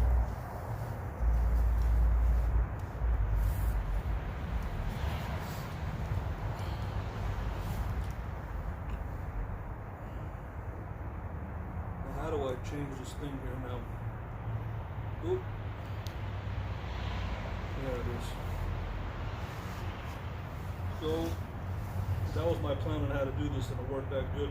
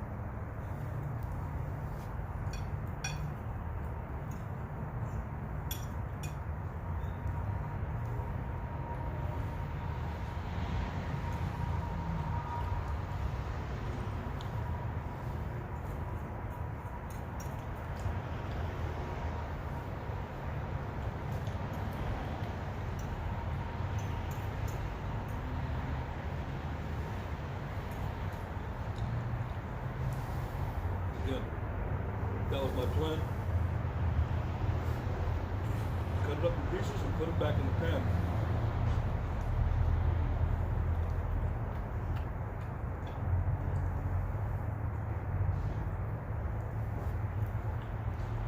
Finish cooking. And that's what I did.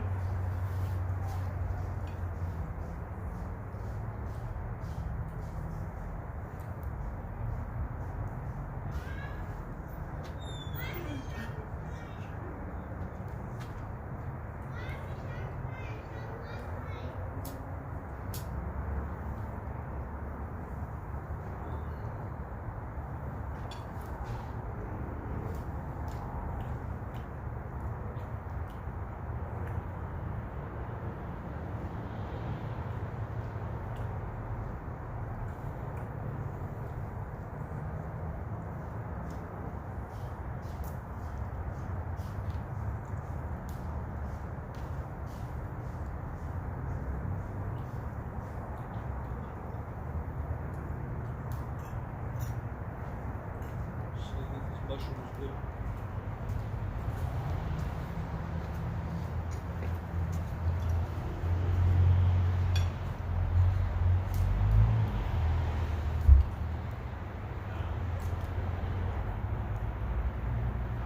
Let's go.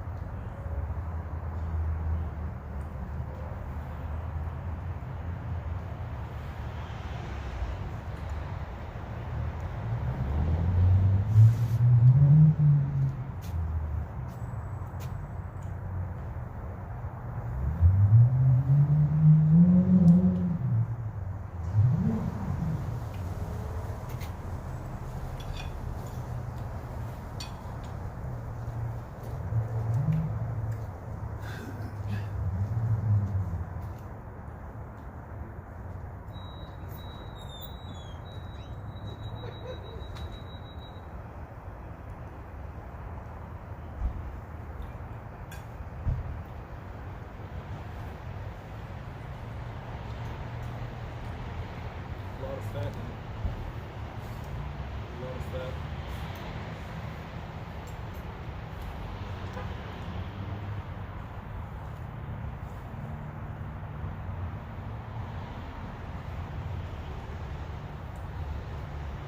A lot of fat in the steak.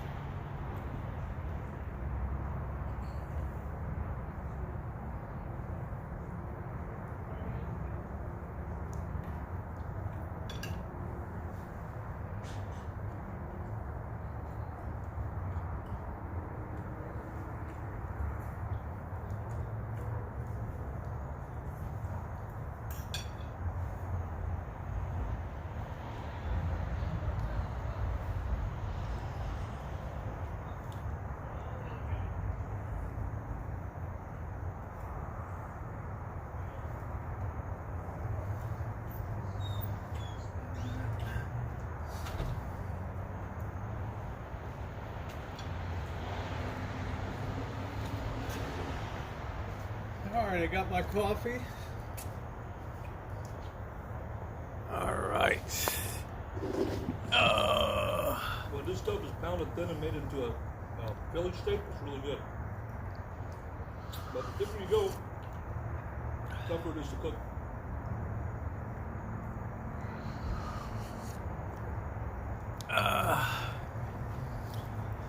All right, I have returned. Thanks for being here tonight, everybody on the stream. And buy that lipstick. I can't believe how this lipstick stays on. It's unbelievable. Yeah, register your Shine Shack on Yelp so we can write reviews.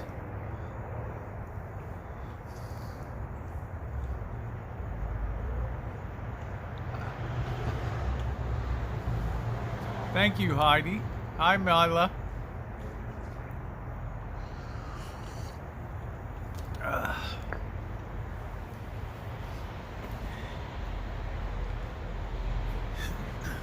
I was certainly hungry tonight.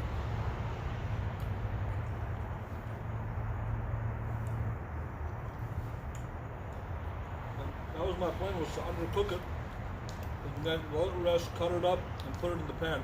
Why didn't you offer me the same option? You said you wanted to pull it off. No, you didn't tell me what your plan was. I didn't. Something towards your next meal, Rosie. That's the bottom line, Marshall. How you doing, Brian? Thank you. Brian in Iowa. Thank you. Hey, Hop Frog, how are you? Nice to see you. I think this is a really good ribeye steak. Good to have it for a Philly cheesesteak. Don't throw fat in the yard. I haven't thrown fat in the yard. I never threw fat in the yard. They're lying. They're trolls. I'm sitting here eating. I didn't throw any fat in the yard.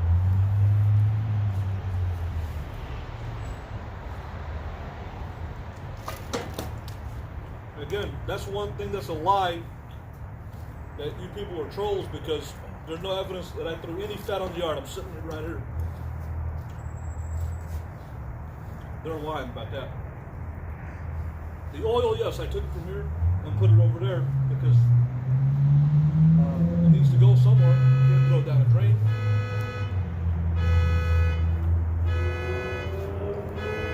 But about that, they're lying. They're lying about that. Only one person. Well, who's saying this? Who's just saying fat in the yard? I didn't throw fat in the yard. I don't get all bent at his weight. But they're lying, though. That's what I'm trying to say. Yeah, so just don't throw fat in the yard. I did throw fat in the Yeah, yard. it's no big deal. I didn't, but why are they lying?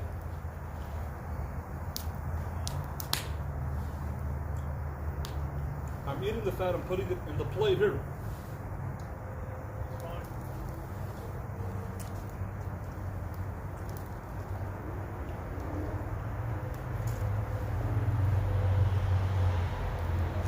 And who's ever lying and said that is just a troll, a low-life troll. That wants attention. That's a low-life, whoever it is.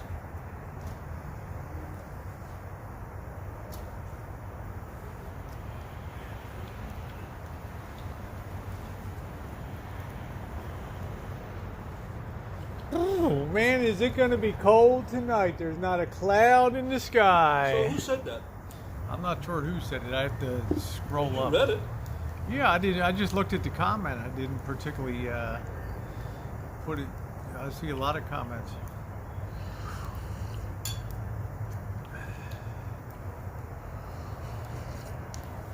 Yeah, freezing tonight. Absolutely freezing tonight.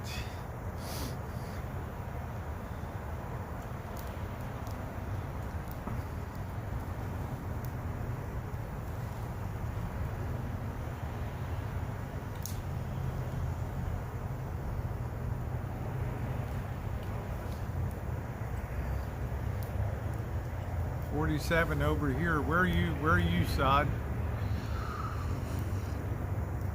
58 degrees by Sherry. I bet it's like mid 40s right now here.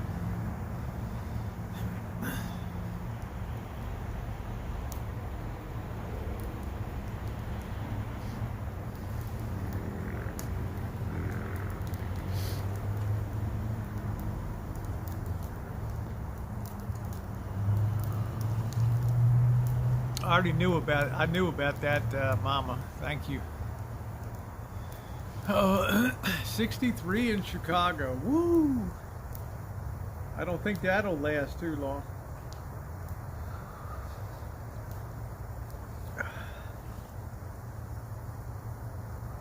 We may get snow in SoCal tonight. We are at 2,200 feet. You probably will.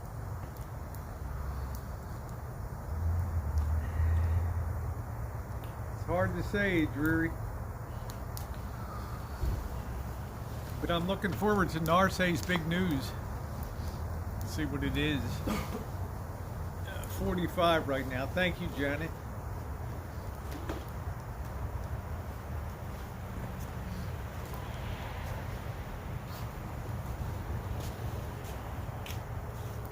.63 in New Orleans. There you go.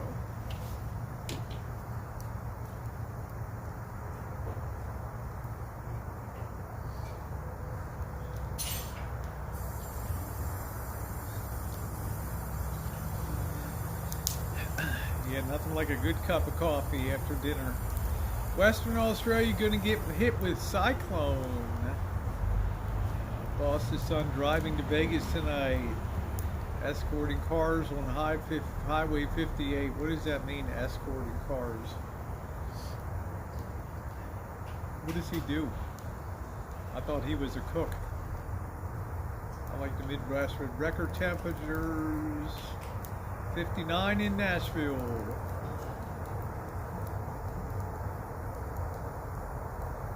Yeah, the 1930s were a hot decade.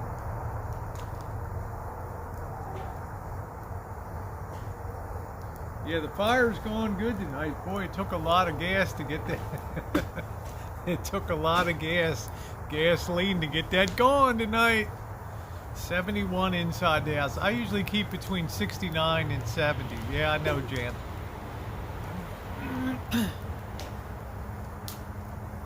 I didn't know if the boss's son is a highway patrolman or not. Well, what does he do? Oh, yeah. You mean that'll slow him down? Yeah, because you have to go through the high desert up there.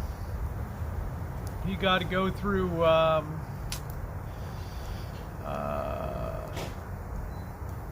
got to go over the heck is that? What's that little town up there? Heck, I can't remember the name of that town now. Smells good. 48 in Orange County. I think he liked his steak just fine. Vivian says 98 degrees Fahrenheit. Well, it's not relative to a lot of places. It's probably colder here in a lot of country. I'm thinking after last night we said it's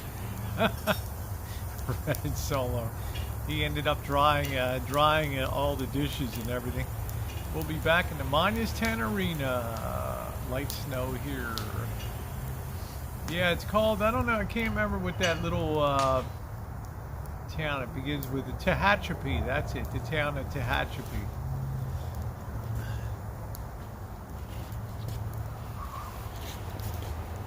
You have to go up to the high desert there. That's the difference. And you're climbing up to about 2,500 to 3,000 feet.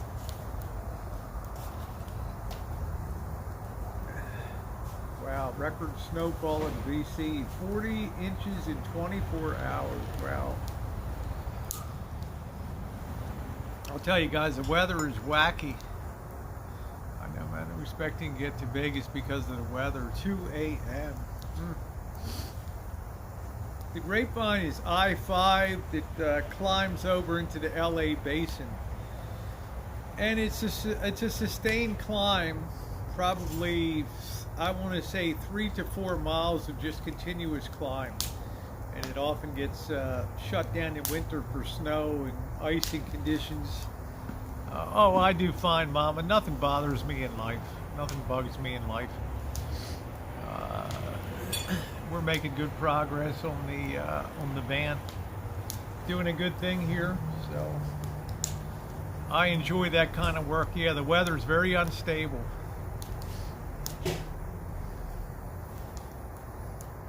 They shut down the 15 at Prim. Wow. Wow. Are they going to snow in Vegas tonight?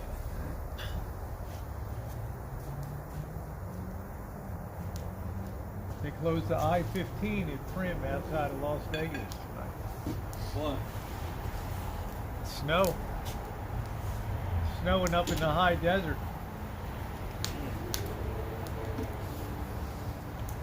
Who was my crush when I was a kid? Raquel Welch was my crush when I was a kid. AKA Raquel Tejada. That's when I acquired my love of big boobs.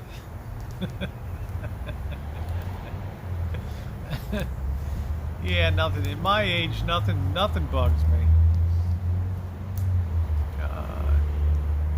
Yeah, oh good. John Cheese said, join the club. She's my crush. Yeah. Hey, Brandy, long time no see. There's my crushing girl. Raquel Welch was my... Fundy's like Raquel Welch was my dad's crush. Thank you, Fundy. TC said, I'm in Henderson now. It's raining, but it looks like it could snow. And be there. She watches his back and sees... yeah, Brandy. Brandy is back. Brandy is back. Yes, she is. My girl Brandy. My girl Brandy crushes on me.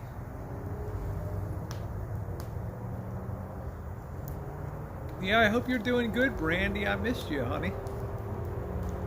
Grace Kelly in Rear Window. Yeah, she was good.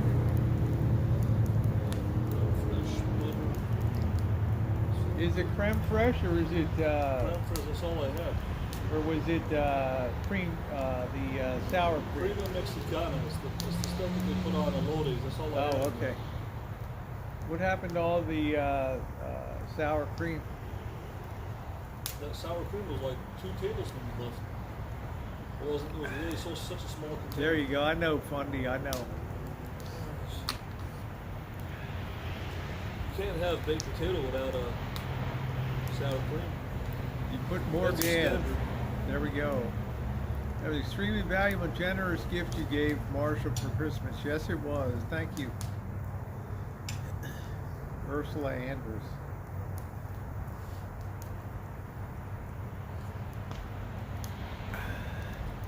Yeah, it's nice to see Brandy back. Whoa, what a treat. What a treat. The Brandy girl. Kevin said, just confirmed road closed, I-15 state line, Prim, Clark County. Wow. I don't drink decaf. I can drink coffee at night and still sleep fine. Still sleep good. Yeah. Greg, I've been doing the van build for Marshall, so that's like my Christmas present.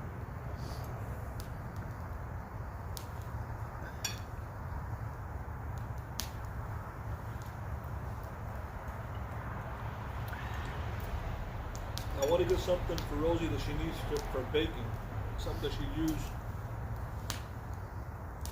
for baking. You don't have to get me nothing. I don't know what she needs, but she needs something. I think I'm pretty good for baking, actually, Marshall. I think I'm in good shape for baking. I'm cranking out a lot of stuff. Tomorrow night I'm going to try to conquer the orange meringue pie, which is really challenging because orange is not a good baking flavor at all.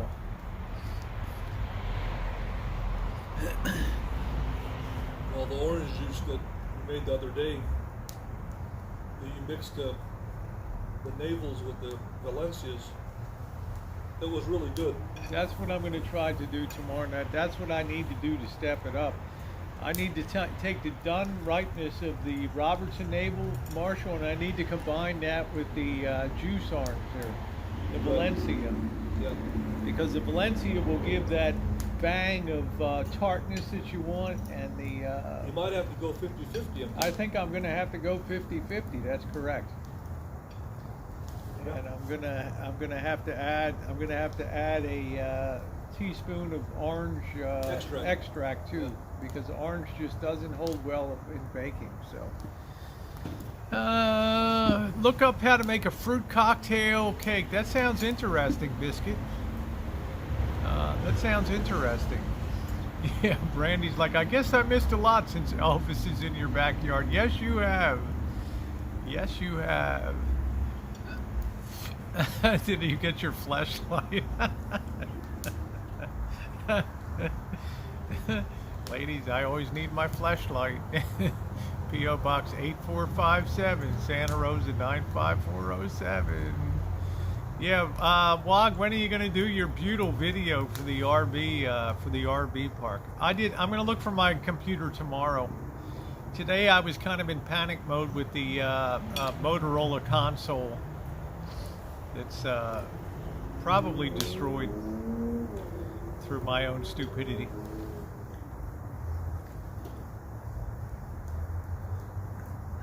Yeah, there we go. Wog's gonna do a beautiful tape video. Really? That's pretty funny, huh?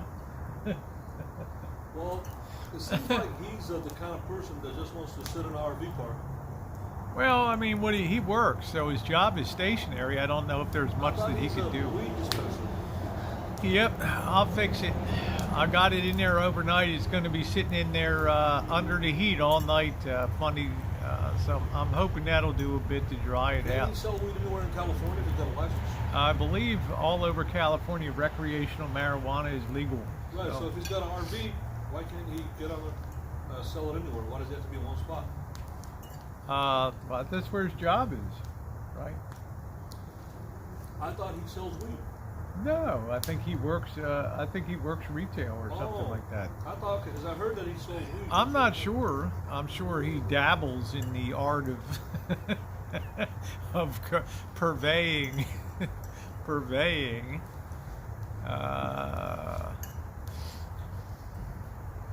Garlic butter spinach would have been that would have been a good one. Yeah, it's a shame you can't put the whole tuna in a bag of rice, isn't it? He says, I don't sell weed for a living, Zia. Oh. I want to tell Whiskey OG, you want to call me Zaya, I've said to people before, Zaya is my Assyrian name. It's actually the name of a Greek saint that came to my town in Iraq. And a lot of people from the Genu tribe of the Assyrians, they named their children Zaya. It's a common name. It's not really an Assyrian name. It's actually a Greek name. I never knew that. But my family named me Marshall because my grandmother liked Gunsmoke. Gunsmoke She with wanted me to Marshall get Matt integrated Dillon. Integrated within America. So for Americans, I go by Marshall. People that are not my family or that are not Assyrian, I don't like to be referred to as Zaya because that's my Assyrian name. That's only was meant to be used for my family and for fellow Assyrian people. So that's why that I have an American name, Marshall. called you that. But I've these only people ever want to known keep you. on I've calling only me ever that. known you as Marshall. Yeah, it was a reason that my grandmother. Oh, I know. You already explained it to me because of Gunsmoke and all that. It made sense to me. Right, and Zaya is actually in Arabic it's Ziyad. In Arabic it's Ziyad, but Hey man, be proud of your heritage. Okay. I'm actually. I never really liked the name Zaya because technically it's not an Assyrian name. It's a Greek saint that came to Baghdad. But you got to honor your parents for picking that name. They picked that name, but he came to our village and he preached, the Christianity and all that. And then so a lot of people named their son Zaya, because it was after Saint Zaya, basically. But it's not even. But the reason that my family named me Marshall because they wanted me to, like a lot of people, they'll give you a American English name so you can integrate in society. Because how many people can really pronounce Zaya or Zia? It's an odd name. I always mess it up. Yeah. So these people that call me. Narse still kept his. So these people that call me Zaya on YouTube or Zia or whatever, they don't have the right to call me that because they're not my family and they're not fellow Assyrians. No, I don't call you. I call you Marshall. Yeah, I give people that are American permission to call me. People ask me when I go to the bank, "What do you want me to call you?" They always ask me, "Do you want to go by Zia or Marshall?" I always tell them Marshall. Yeah. Every time I go somewhere, I go. That's how I've always known you by Marshall. Some people have a middle name. I don't think whiskey meant anything by it. No, I'm not saying that. I'm just saying that some people have a middle name and first name. Yeah. And I think it's kind of cool. It's a cultural thing. I like it. Yeah. Sometimes people want to be called by their middle name or my first name, legal name is Zaya. My middle name is Marshall. But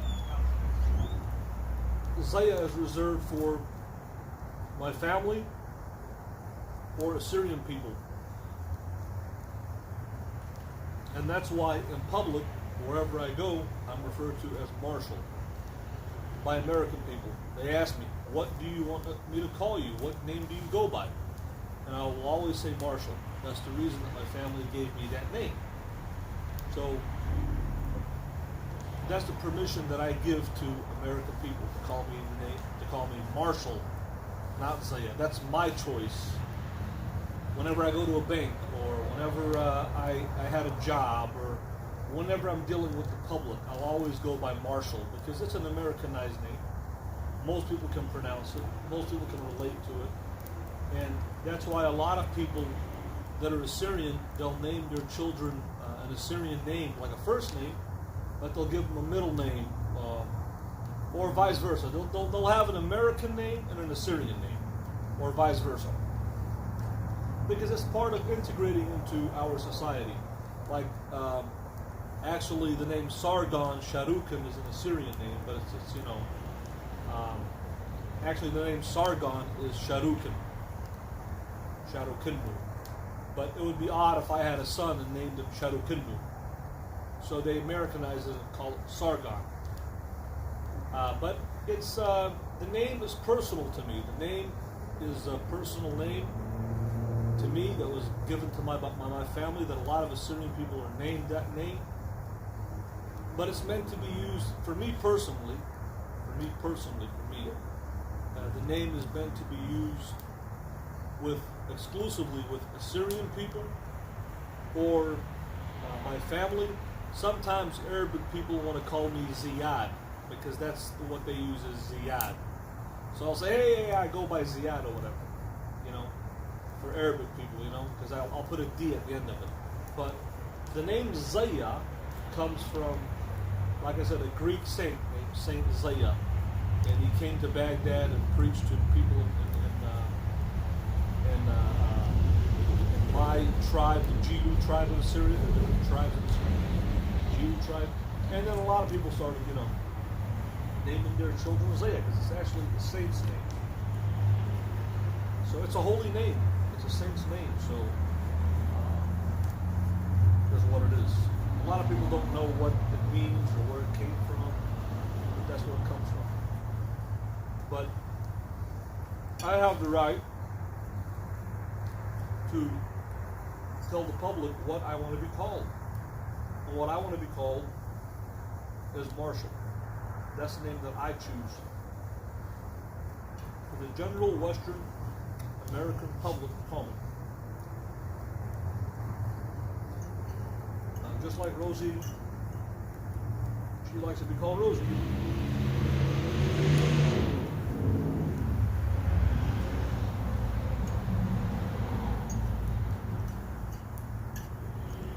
And I was actually thinking of changing my name. I wanted to change it to Marshall King Presley.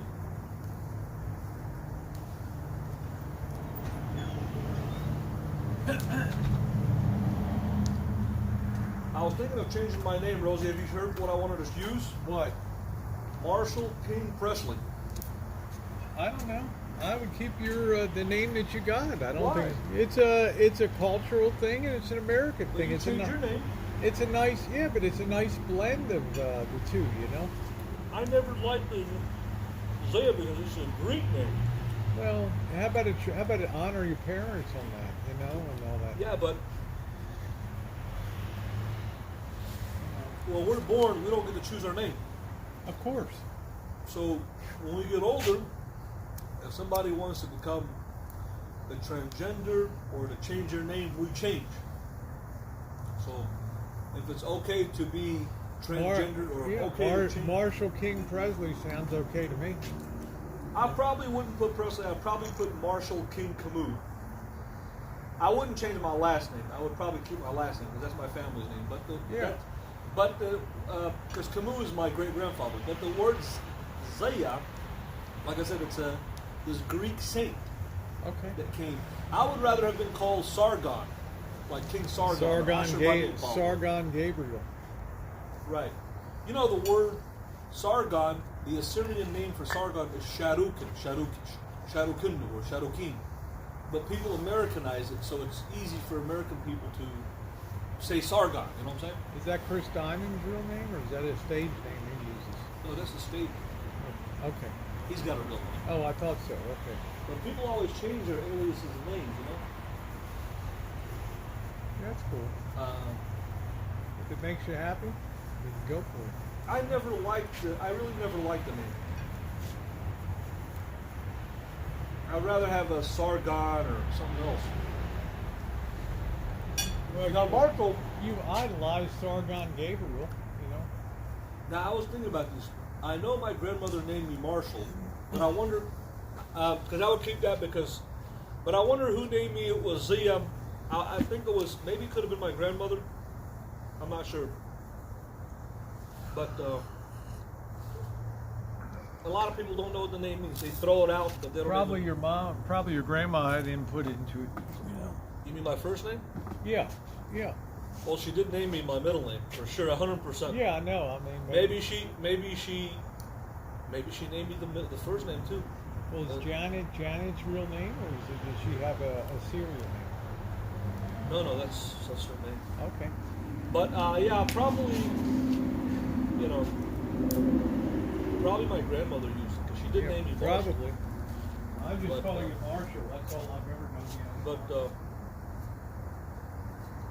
yeah, why? It kind of puzzles me why somebody would want to call me by my Assyrian name. What is the purpose of that? Why would somebody want to call me?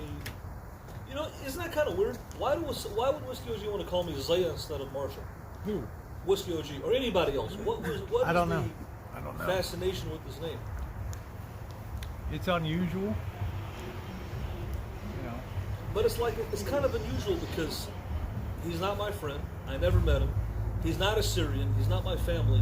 Why would he just conventionally go to the convenient name and say Marshall? Why would he call me by that name? That's my question that I have for him. Bubba Lee said you can call me It's kind of anything. unusual. Just It's don't. like me.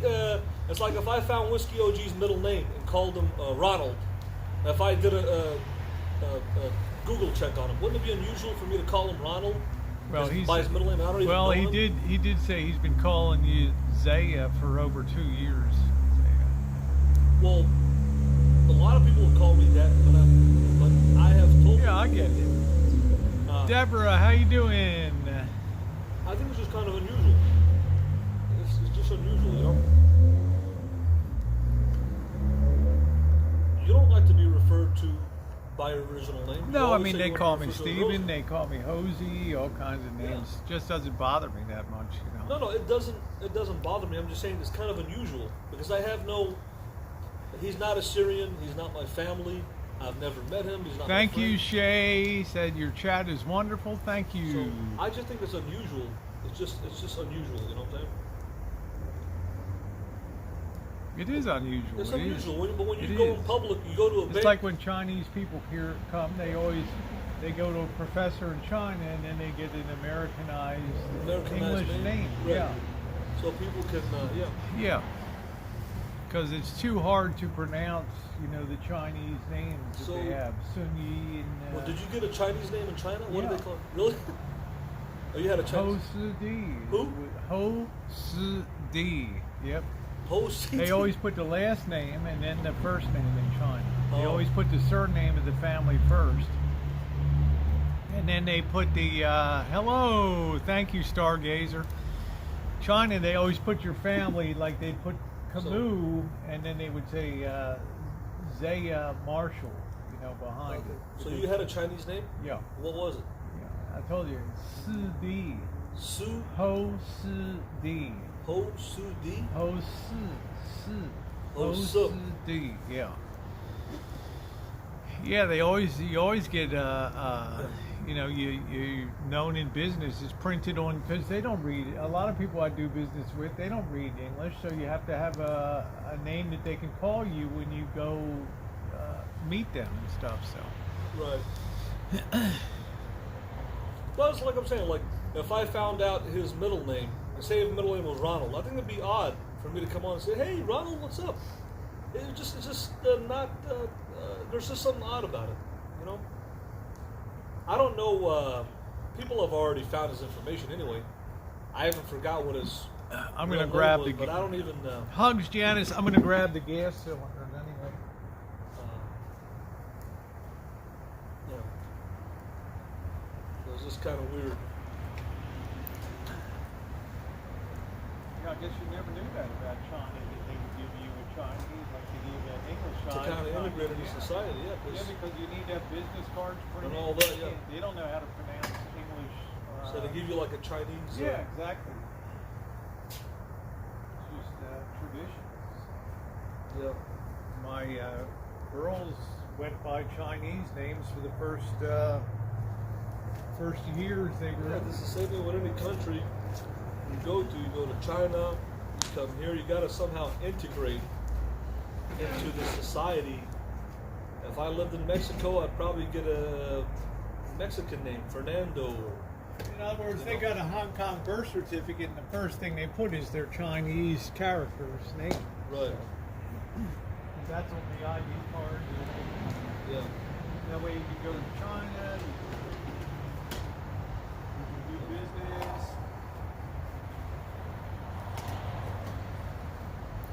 So it's always interesting. It's just interesting. I like cultural differences myself. I like it when people are proud of their cultural differences. I really do. No, I'm proud of my cultural heritage whatever being it is, Assyrian, yeah. but That's very rare. when I talk to Assyrian people, yeah, they call me Zaya because that's what I'm known as to my own people, to my culture. You know, I don't say that I'm Marshall. I say, hey, my name is Zaya. So, but it's just odd that American person who's not from my culture or family thinks that they have the right to call me that name when I haven't given him or anybody else permission to call me by my Assyrian name. I look at it as, I think it's disrespectful to. We'll see tomorrow if that Motorola roars back to life. How I see it. Get up, Sia, and help Rosie. Stop being lazy. Yeah, thank you. Who was that? Yeah, well, we're just enjoying our after dinner here. Let me see. Say thank you to whoever that was. It's the same thing. If somebody called you by your original name, Well, they do all the time. I just never bothered me that much, you know. But you have the right to say, I want to be addressed to the public by this name. Yeah, I don't know who did And if that. people use another name, there then we go. they're not respecting your wishes. They're disrespecting it. Let's see. You know? Oh, thank you, Mila. Yeah, I think everybody has the right to tell the public. Everything This else is is the, basically his stuff on here that he's done. I'll get the stove put away again, and then you guys can make suggestions for what to make for Saturday night. What to make for Saturday night? Sue. All right.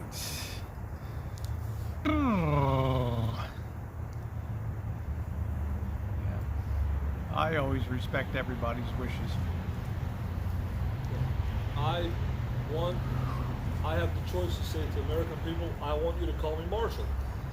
And if they call me by my personal name, that Assyrian name that is only meant for my family and my people, they're disrespecting me, my personal wishes. Now, You know, let me ask you, Wog, how am I gonna make pizza outside?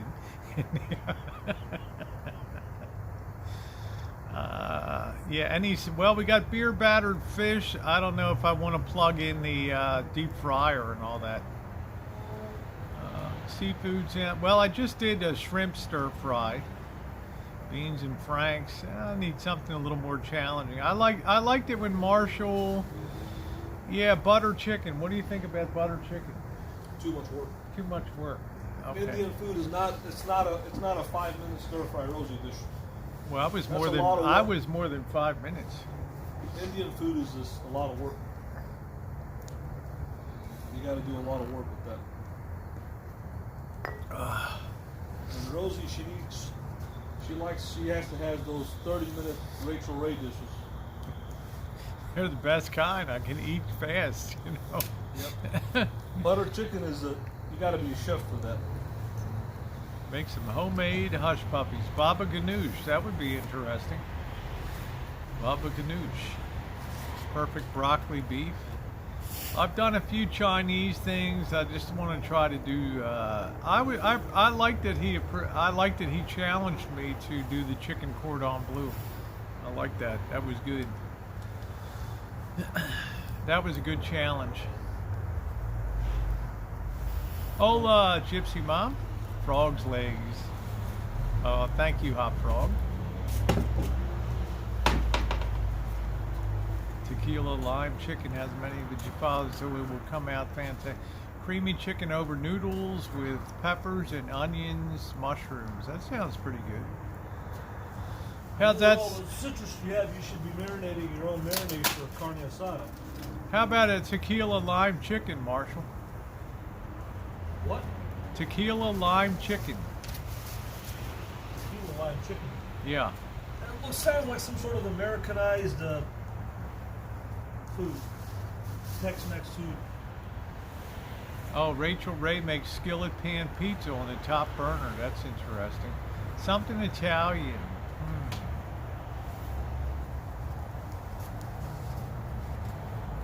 I might do a meatloaf, but I would need to do that inside. Yeah.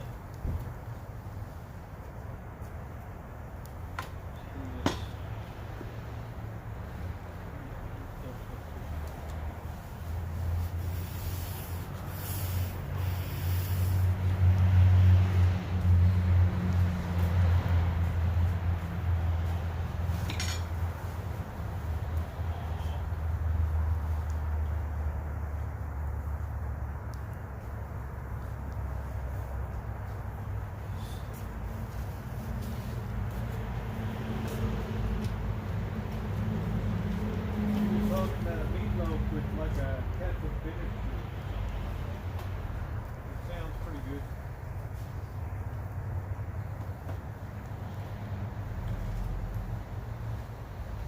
Man, I've given this cook stove a real workout here. It's not that bad.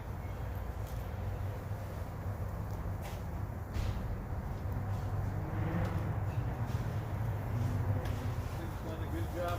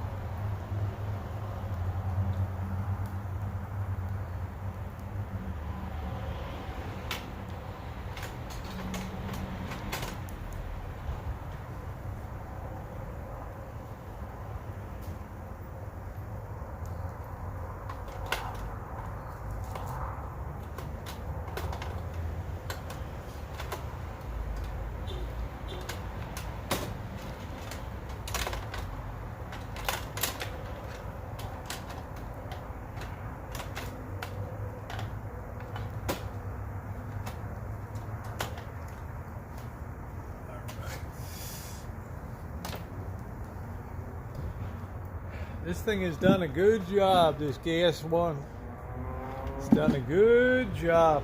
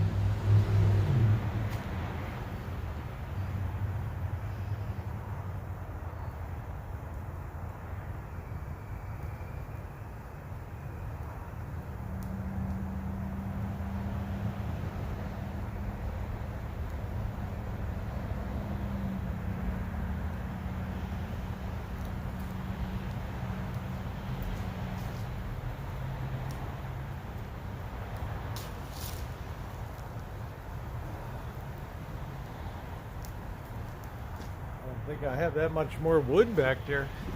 All right. Yeah, the burner's good.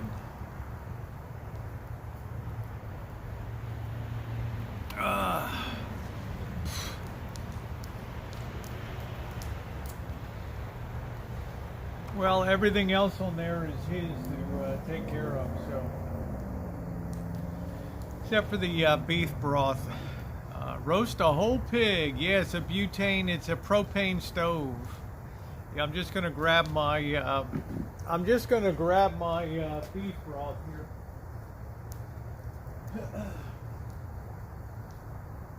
I think basically everything else is his on here.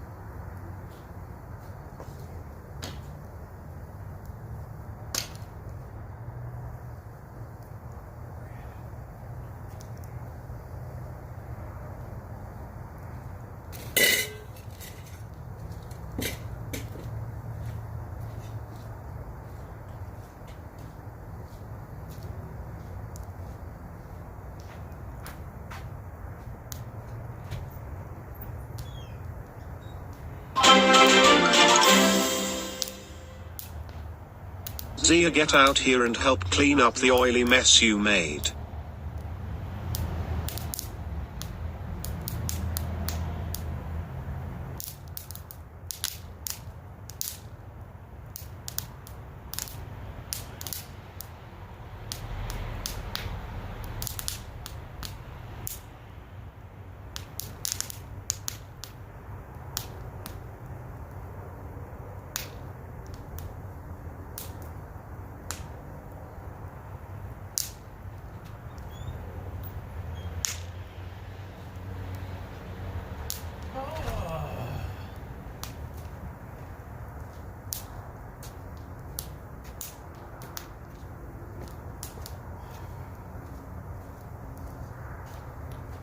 We should retire to the fire as soon as I finish my coffee. Let's retire to the fire.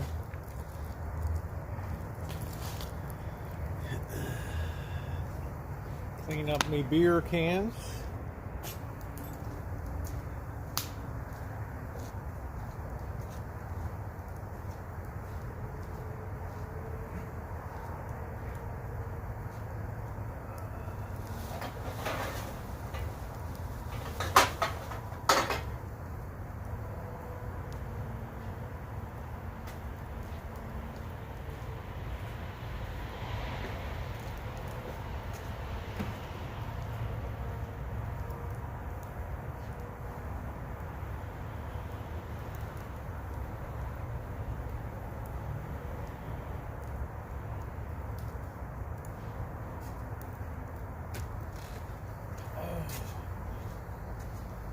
I'm going to let that heater run all night on the Motorola over there.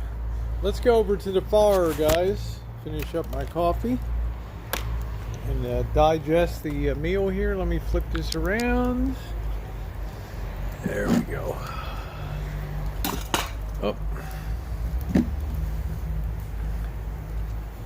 Let me tuck in by the fire. Oh. Woo! Warm my hands up a bit. Ooh, this stick is cold. Well, tomorrow I'll be back on the van build. Well, the good news is we got some good weather. Yeah, we got great weather coming up. That's excellent news. Things will dry out good. Yeah, thank you. Hot Frog said, yeah, it sucks what happened to the stereo. I'm hoping tomorrow. Hi, Missy. I'm hoping tomorrow it may roar back to life if I'm just patient. It might take a week. It might take 2 weeks. I said there's two factors for the van build, Rosen. What are they? And those two factors are, we already know where we're going with it. And good weather. The two factors are good weather, and I've got to get those things ordered to get in here. Yeah. So I need weather we can't control, but the things that I got to order, I got to get the things ordered so we can move and get it done. That's what's, as far as you know, everything else is going good. Yeah, I So, think but it's if time. the weather yeah. cooperates with us, we can get it done faster because you can do a lot more. Oh, I agree, man. I have no incentive when it's raining to be working and crawling in and out of the van. It's a lot easier when the sun's out. It was so comfortable today. It was 60, 61 degrees or Yeah, something yeah. here. But how long this weather is going to last? 10 days. Exactly. After that, Yeah, I don't know what's going to what's happen. going to happen? That's the thing. So we got to make hay. I'm just wondering if it's time to maybe start putting some paneling on and or putting the panels on the dinette and stuff like that to get that stuff going. I think the electrical is just about handled. Yeah, What did you want to do about the Max Air? Because right now I have just I can reach it if I need to up on top. So Yeah, that's what I need to. yeah, a little bit of rain Sunday, but that's it. So that's okay. Yeah, Missy. Yes. So yeah, I think if good weather puts you in a good mood, you know. But when it's raining, it's lousy. Yeah, when it's raining, it's lousy because you only do so much. Yep. You know. It's not much more electrical. I can start putting the wiring harness together and harnessing everything together, and because I want to make sure when you put in your shore power cable that it's not going to hit any cables inside when it comes in and out. So I think the most important thing, or two things we got to do that are important electrical, I need to change that solenoid up there, and I need to buy a second, just a cheap marine battery from Walmart, whatever fit in that space, and have two batteries for the coach. Because I just can't do it with just one battery. I've got to have a second one. You know, and that's a big deal. You know, and well,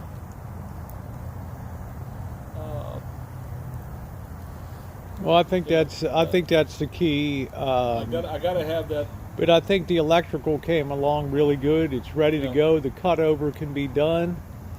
But I guess we wait as long as possible to do that. So Yeah, and the other thing that would be would be like you're talking about. It's not right now on top of the list, but the T-fitting for the propane. That's a big thing. Side gauge for the new side gauge for the propane tank.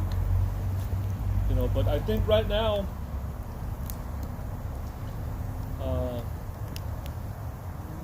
and we've got to get that panel done for the main panel by the. well, once we have that panel up, then we can address the panel at the kitchen area too. That one and Get that done, and then get the panels can basically go up in the back now. You know,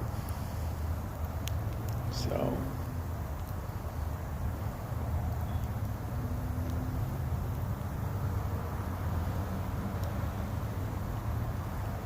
So I think I think things will come together very rapidly. I can't think of any more electrical that needs to be run at all.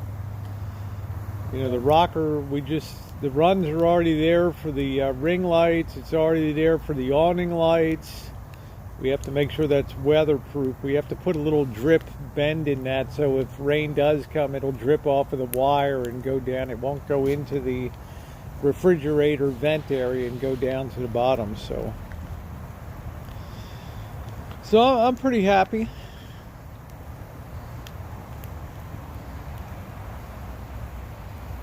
I mean, once the paneling, that fan, maybe a 12-volt fan for the outside to cool that fridge. that's Get that on. yeah, I don't even know how that's controlled with that thermostat. You know, it must kick on and off occasionally too. Well, they had one in there. Yeah. And they had a wire there. But there's no power to it. I don't know where it goes into or anything. It's I'll double check it with the voltmeter tomorrow. That's why I told you what's his name set up Explorer Steve. Yeah. Set up where he did it. Because the fridge is basically useless. Once it gets hot and humid, it's you can't use it really. It's pretty much. Yeah. What is the well, TC? Show us the well. What does that mean? My well here on the Rancho? It's just in the back there.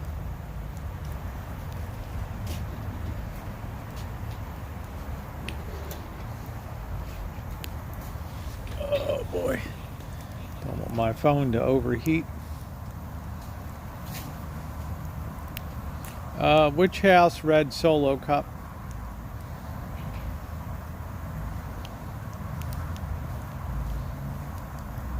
Well, Carlos, what am I supposed to do? Shut down my stream? I don't think so. I'm just running here. I'm enjoying the fire now and all that. Got that big log to burn on there. Stuffed green peppers. Now that sounds pretty good. Yeah, thank you, Destination Unknown. I appreciate that.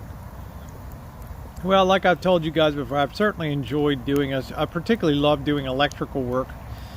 Plumbing, I can kind of take it or leave it.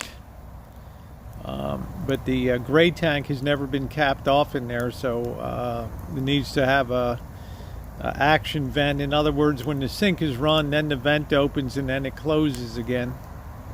Thank you, Christina. Toy own them on, but I'm in the main house, no worries. Oh, okay, yeah, main house is fine. Living room's kind of messy. I got the Motorola torn apart. I've got it on the bench in here. I showed you guys earlier the tuner and control I had to pull out because of the all the liquid that got down inside of it. I'm gonna let this heater run all night and just try to dry that out inside of there. It's a real royal mess. I'm hoping I don't have to rewire the whole cotton picking thing. But I did pull the tubes out. I might have lost a couple tubes yesterday too. I got to put these in the tube tester tomorrow and check these out. You can still see some on the top there, some of the on that. So slowly it's kind of I'm hoping it's going to dry out. So I'm gonna let this run all night. So I mean, I don't relish going in here and doing a lot of rewiring and stuff, but who knows? I don't want this tube to get crushed. Let me just sit this down. So I'm gonna let this thing run all night over here, and then hopefully that. Oh, thank you, Mila. I appreciate it. I spilled something down the tuner section last night, and it went all the way down. All the way down those potentiometer spindles that you see down there. Went all inside. Probably lost a couple tubes here. I'm going to have to test them tomorrow. So, you never know. It might roar back to life if it dries out. So that's what's on my agenda. Well, to tell you the truth, it was one of the candles that had a snow globe underneath of it. So it was full of glycerin and water. So, because it makes the snow fall slowly in the globe. So the glycerin will take a long time to go away here. But I had a real bad short this morning. You could hear boom, a real bad hum. So I'm hoping this is all going to dry out tonight. This was definitely before the days of the printed circuits. So I probably lost a couple tubes, I don't know. So we'll see. Yeah, they build things to last. Well, we'll see. We'll see. We'll see what happens. There's the date of the build, August of 1960. Yeah, I think it may come back. We'll see. We'll see. It's a great unit. Yeah, it's pretty complicated. This is the days of the... but I've got all kinds of... you know, I've got all the schematics that I've had for it for years when I rebuilt it. The whole shebang here. So we'll see. We'll cross that bridge if we come to it. I got 11 months and 1 week to get it going again. But we got to hope that this glycerin kind of dries out in here, although glycerin is not a great conductor of electricity, so we shall see, guys. We'll know in the fullness of time. Yeah, it wasn't soda pop. Yeah, welcome to my workshop in here. All right. Yeah, it's a very complicated unit. This is the whole tuner and control section. AM, FM, phono, tape deck, all of that stuff. I got to make sure these things are really dry down here, so I'm going to let that go all night tonight. It wasn't bad tonight. I just got to figure out what I'm going to make on Saturday. Oh, a snow globe caught your house on fire? Man, that sucks. That thing had like an oily glycerin in it, so yeah, I think Marshall could probably fix that, right?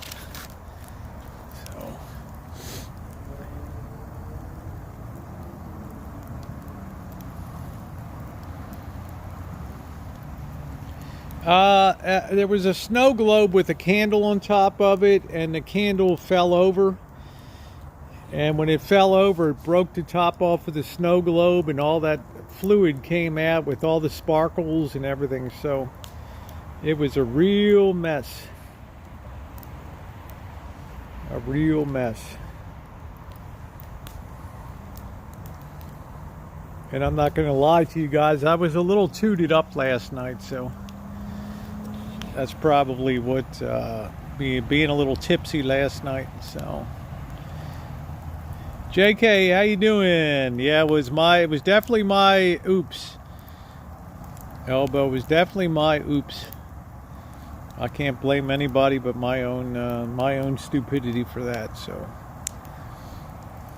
see, I don't want to overheat my phone.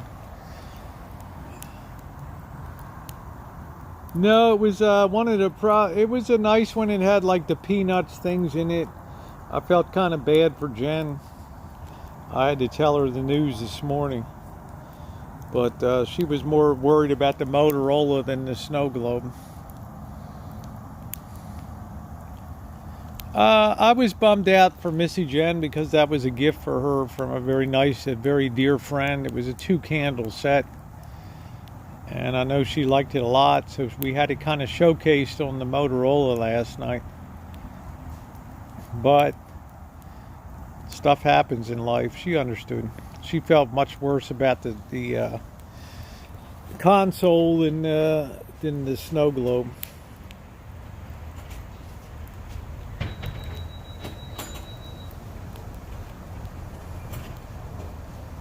We'll see. This tube stuff is built to last. So it just depends how much oil got inside some of the intermediate frequency cans in the radio RF transformers, and I hope they didn't get any oil down there. Oh yeah, I've brought things. You can see I had a Sony Handycam I brought back to life. It fell into the mud back in 2013. I brought that back. I do have a wiring diagram. I have a schematic for that.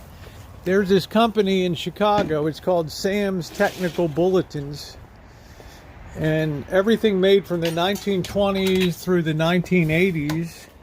Anybody that was in the service repair business would get these technical bulletins here, and they would cover the whole unit. Motorola,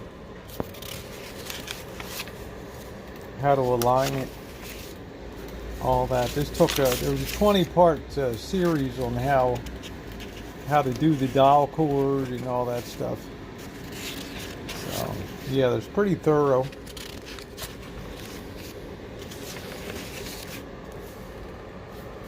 How to do that's a very complicated thing. So this is the thing that got hit with the water, the tuner, because this sits straight up and down in the console, and all the liquid went down and went down in there. Good night, TC. This is the main important thing here, which is the whole tuner schematic, which is this right over here.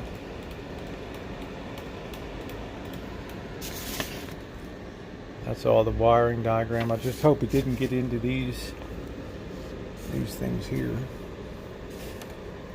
because I'll never find them again. But yeah, they have all those things. You know, I've repaired Lowry church organs for churches in Indiana. Lowry organs. I'm one of the last people in the country that actually works on this stuff, so all that. That's pretty cool. So I do got that to go by. So anyway, we'll just let that sit there tonight. So, like I said, when you're stupid like I am, then it happened. So we'll let that sit there and kind of bake tonight. With that on, I got it on a low heat. Looks like some of the wires have dried out a little bit, so.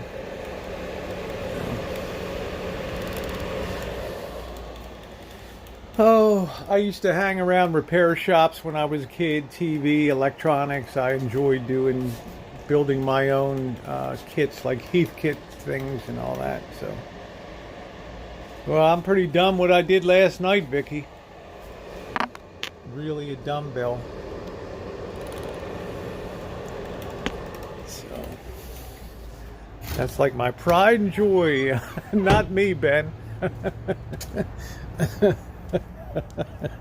I wish. I do some pretty stupid stuff. Just ask Janet. All right, there we go. Yeah, I'll know a little bit about everything is a good way to go through life. This is what hey Celeste, that's right, be careful. That's what I'm most concentrating on, to make sure I don't do any wiring thing that could cause any kind of fire or anything in that. Yeah, I should get my flu shot. I did get it every year, but I haven't gotten it this year, Biscuit. And I've never gotten the flu.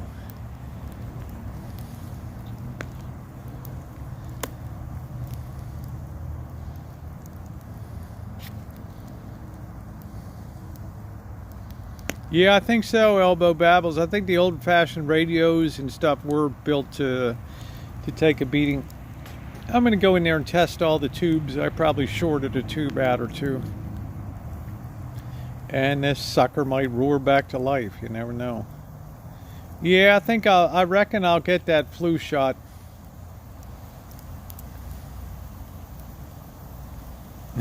Janet's like Rosie dabbles in everything.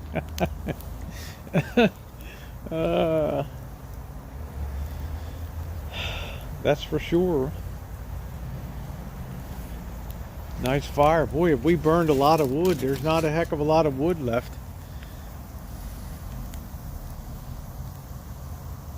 I think, Johnny Watt, we're heading down to Mexico probably the third week of January. I always used to get mine in October too, Celeste.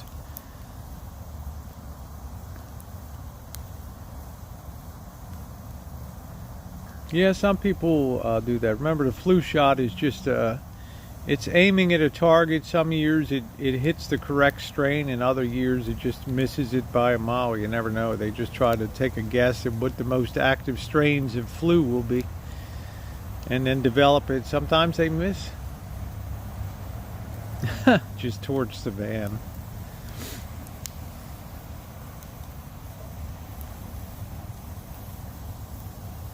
Yeah, I did get my first pneumonia shot last year.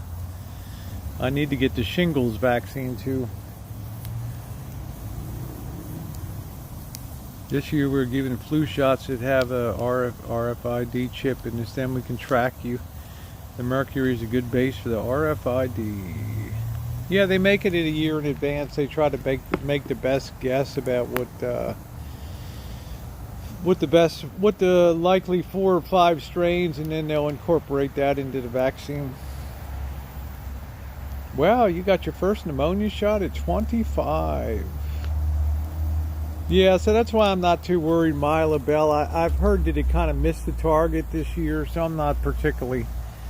I mean, people that think I'm BS and I never missed a day of work or a day of school, I don't get sick. I've been very lucky.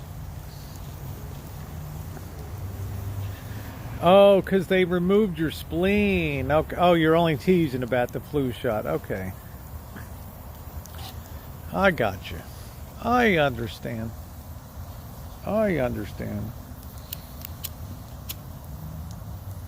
It's amazing to me.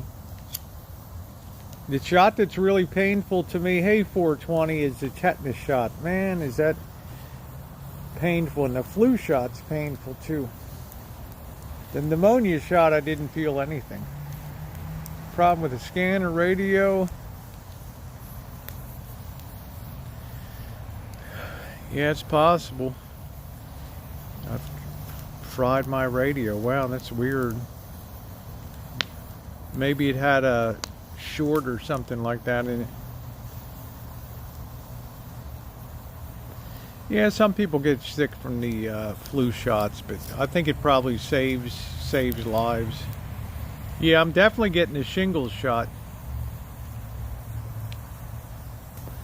I saw my dad suffer through shingles. It wasn't a, thank you 420, it wasn't a pretty sight. He was miserable. He was absolutely miserable.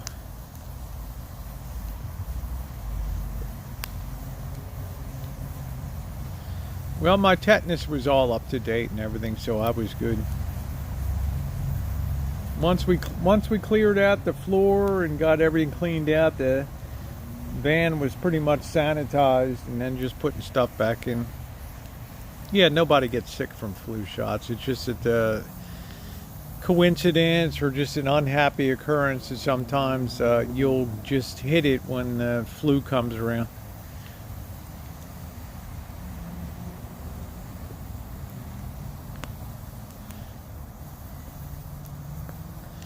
Yeah, Christina, I heard that was absolutely terrible.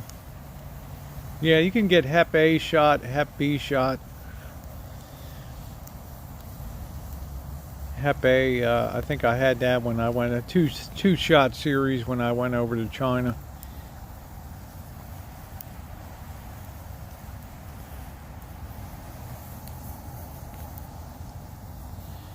Yeah, that's good, Mila. I'm a big believer in all of that stuff. When I grew up and saw people with braces from polio and all that stuff, it was terrible. Yeah, that's me, Red Solo. It's like whatever you got on the menu, just give it to me. Just give it to me.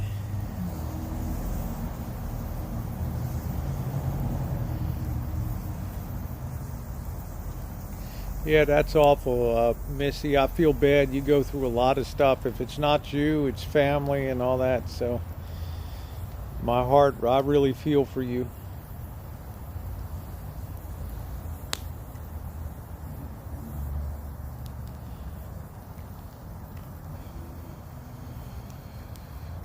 Yeah, shingles are the worst pain anyone could experience. My dad was just miserable.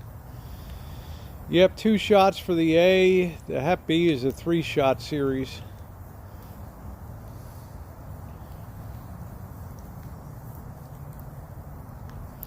Wow, the swine flu shot. I remember that. I remember when the bird flu was in Hong Kong and everywhere. That was bad.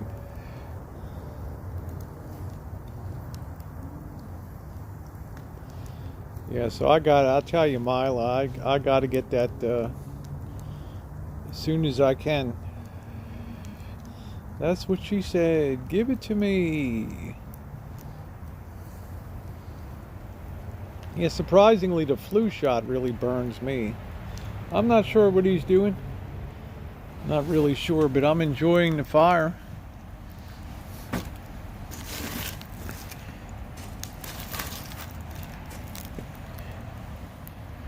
Jim Beam flu shot. There you go.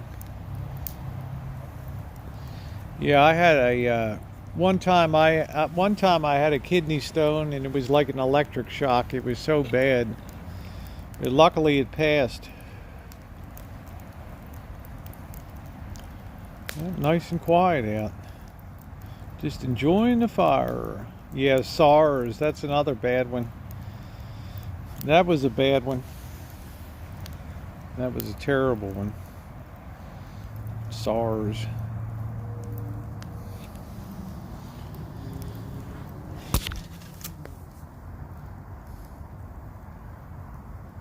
Yeah, the shingles, it's worth it to get the shot, I believe.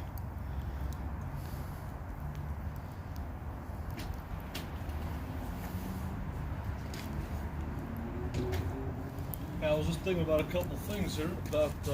Where's your chair? It's over there. I was thinking about a couple of things. I had an idea here. An idea that I wanted to pass by on you. Okay.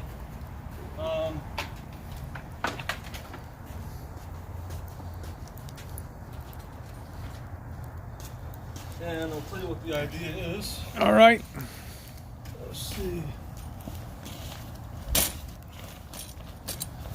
You're happy I got the wheelbarrow fixed today, Oh huh? yeah, that was a big deal. It's really, if she had it, it's really because it's. How many logs did we haul out of the back without there? it, It's nice to have, and it's that's thing nice to move. If you, even when we were setting up the generator, all those rocks we had to get. Remember that? That was a lot of rocks. I remember. That thing was I good to move remember. around, Yeah, I got to fix a that. couple of things I was just thinking about right now. You see here. What were you thinking about, Marshall? Yeah, I was just thinking about a couple of things. One of them was put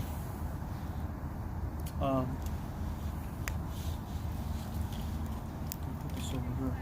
Oh, okay, Mila. People have to wait to get the shingles shot. Okay. Yeah, one of them I was thinking about.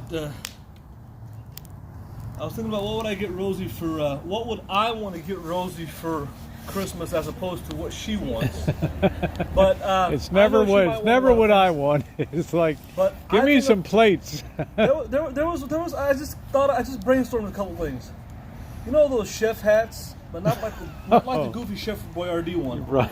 I want to get you one that looks like a feminine, like almost like a sailor's hat. They have these hats, I guess like a chef's hat, but a feminine low top one. Okay. I think it'd be cool if you wore it on bikini baking. There we And go. I would want to get you a bikini with an Iraqi flag design. There we go. That would be funny. Iraqi or Assyrian? Well, it'll certainly be better if there is Yeah. available. I wonder, like a print, if there was one that was Assyrian, which I think it'd be probably is not available. I think that would be kind of funny. Wouldn't that be funny?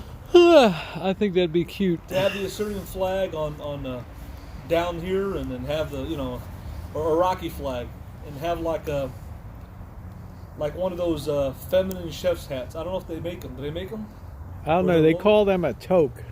Those tall ones. That, I don't like the tall ones. No, that yeah. would look good on you. Like Only a real chef is allowed to wear those. To wear those, yeah. In a restaurant setting. But don't they make one for women that's more feminine looking? I have to look at it. I'm not sure. Yeah, that's But a I think good that would be question. pretty funny. I think that'd be a funny. I was thinking of getting you an apron, but you never wear aprons. You always do bikini bacon, so apron ain't gonna work out. So what do you think about an orange meringue pie, huh? Oh, about the pies. This was my idea, right? Okay. Well, I got the graham crackers. today. When I eat a pie crust, and I used to get them at Baker Square, I like my pie crust to be really flaky and buttery and soft, kind of like almost like a baklava. But I recommended that you go with the graham cracker crust, and if you put extra melted butter, it's going to be Right. nice and luscious. Can you make a lemon or whatever orange pie, but instead of having a meringue, just a whipped topping? Go to whipped topping. Can you do that? And have the graham cracker crust, or can you make a cheesecake that has that lemon meringue filling flavor? Just a cheesecake, can you do that? Yeah. I How think would that I'm be kind done? of Would you committed put to the cream orange cheese? meringue, but I can do that. You know, there's tons of oranges coming into season Okay. here, so. Well, what I'm saying is you just use cream cheese and that's it? And just mix Yeah, it in? cream cheese, and I'll also whip mine a bit so it's a little lighter than the average cheesecake. Tends to be super dense in its composition. See, I like the ones that are more dense. I know you See, like I the like fluffy the, finish. 'Cause well- I like the Sara Lee, but it's good anyway. Anyway, I like Yeah, it. send it to me, Missy. But I think if you went with a graham cracker crust and incorporated it into a cheesecake, or just had that filling with just a whipped topping, you know. Yeah. I think that would be pretty. That's doable. Tomorrow night, I want to just see if I can spike up the orange in this meringue. Maybe there's an orange liqueur.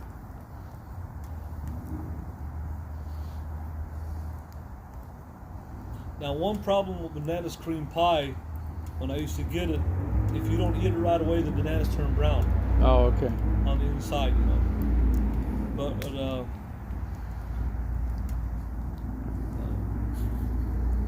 Rosie's got her taste of, you know.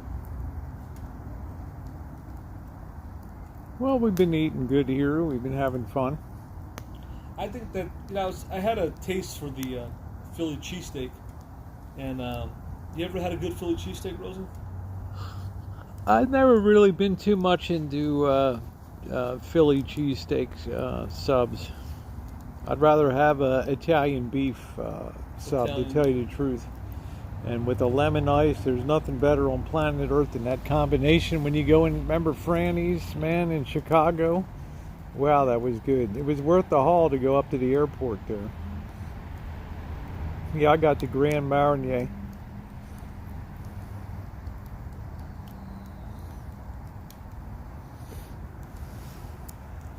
Yeah, today Bob Wills was showing this guy with what they call an Instapot, like some sort of a crock pot thing.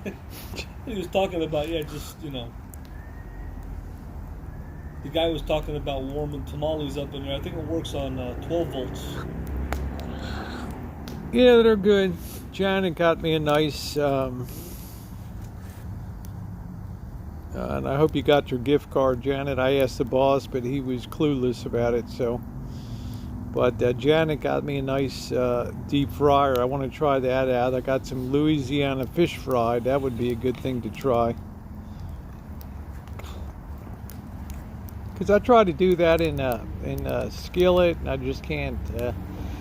It's such a tender fish, it wants to kind of fall apart and stuff. So, well, that's good, Janet. I'm glad. So, It's hard to get the bread and the whole together in a I pan. don't want this to overheat. I'm gonna just go inside for a second, check on Missy. Let this just sit here for a couple minutes. Yeah, I sometimes it's hit or miss with me with the fish. Let me get this set up. I don't want it to overheat here. Find a good position to put this in.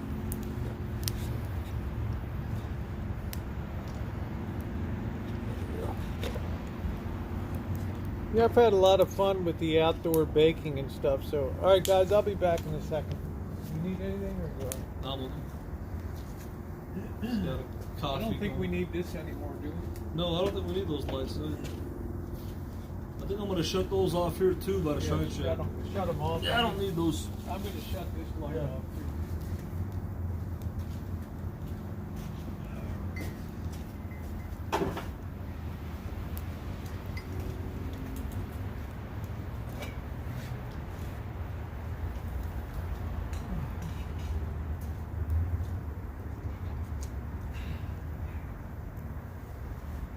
All right.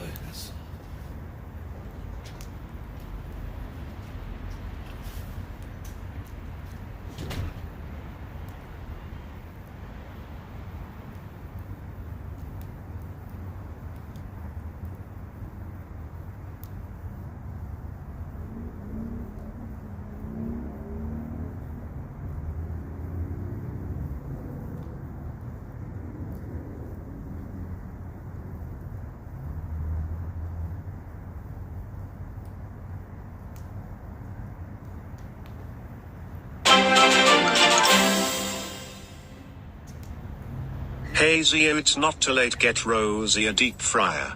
Now. Yeah, I got one, Mila. I got one for, I got one Janet gave me a deep fryer. Thank you, sweetie.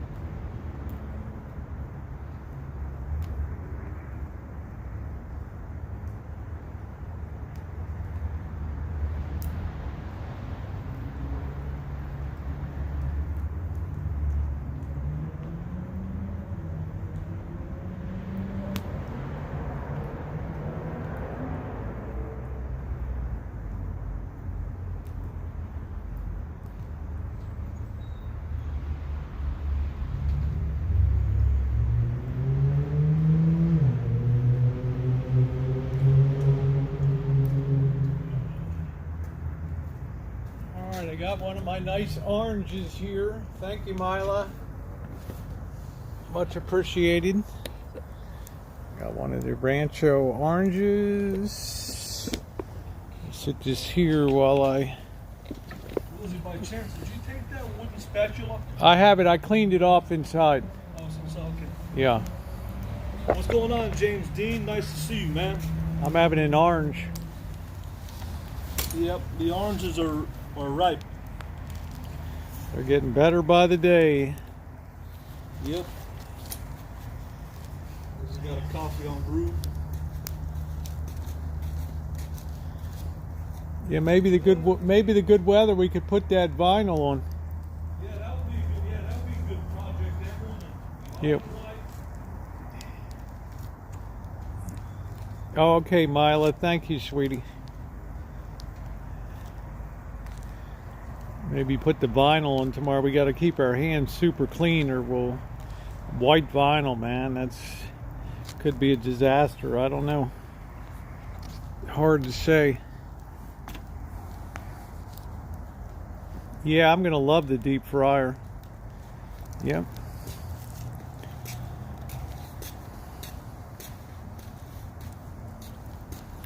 And every day that I work on the body of this rig and make it look better, makes me feel so good. Amy, I know the oranges are huge. All these things are huge. I saw some sweet potatoes today that just look gorilla size.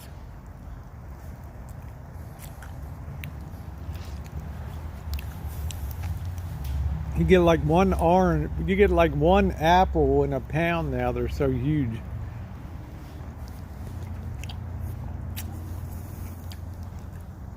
Hello, Mr. Z. Fruits and vegetables are so super sized now. It's unbelievable. This thing is giving off like zero heat here. Yeah, I don't know. They're just they've so upsized the size of fruit these days. And vegetables. Sell me some lemons. There you go, Mila. How you doing there, James Dean? Nice to see you. What's going on, man?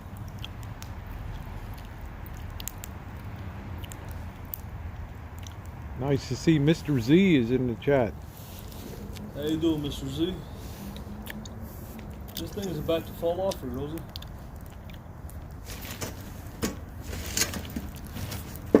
Yeah, just kick it in there.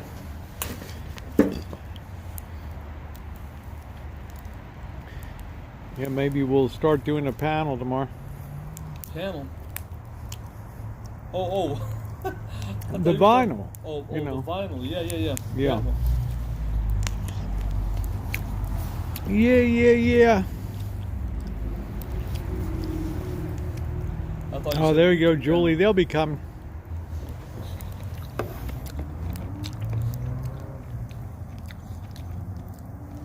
Metta's guy said, hello and good evening, Rosie and Marshall, back from the cold, wet, rainy, windy desert Southwest. Hello, Kitten Cat. Have you catch up with Border Nomad, Rosie? Put anything up? No, I haven't seen anything in the last 2 weeks. Maybe he's just taking a little break from it. Yeah, he might be. Or he might have met somebody, you know.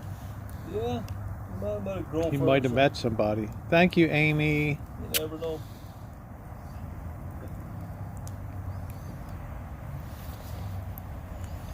Oh, no, not a YouTube panel. Yeah, he's always bugging me about panel chats, you know.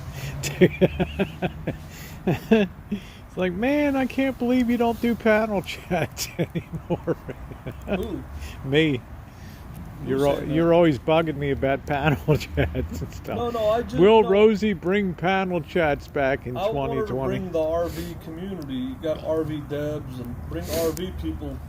I don't want her to bring the Bergs back and all the other drama people that she had. I want the RV panels back. Jory just can't do it anymore. He doesn't want to do it. But we have RV Debs. Maybe the mantle falls to you now, Marshall. Well, the thing is right now it's the way that everything is going now on YouTube.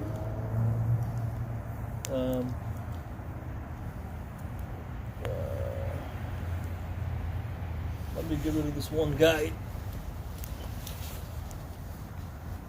Can't even relax and have a coffee, man. What happened? Yeah, it's just this troll spammer. I'm gonna put it on a timer.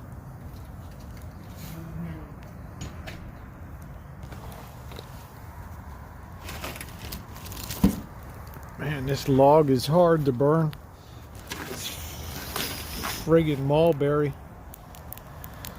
There we go.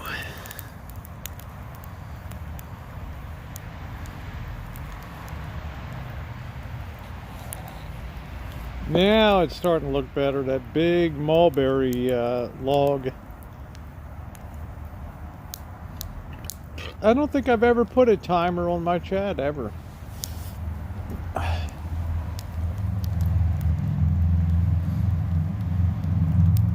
I'm not even sure I know how to put a timer on the chat. It's about time that big log went up. The only thing I don't like about these fancy phones is they just are so heat sensitive. Mila's like, no, troll.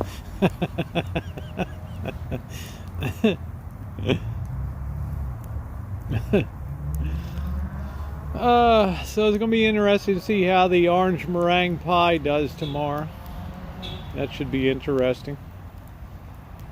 Yeah, this is wood from the property, a lot from the trees back here.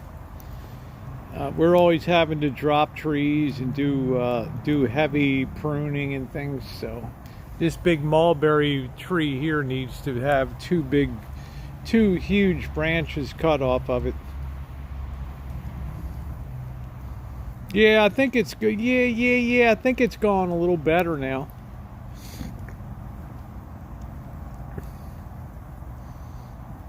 I should get my poker though and see what I can do. Where in the heck did that thing go? Now when I need the light, I turn the doggone light off here. I don't know what I did with that thing. It's not a really good fire. I'll throw a couple of these on. Let me see. Let me grab a couple of these bits here.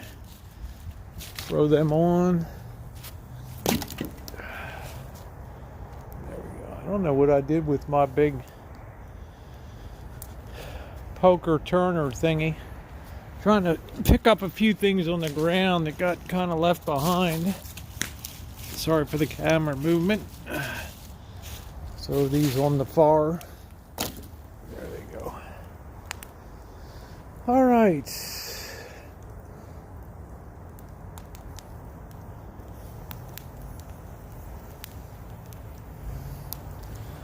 Where did that thing go?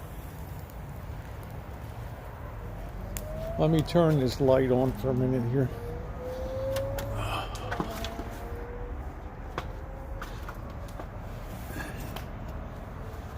Let me see where that thing went. No idea where. Oh, there it is. There it is, right there.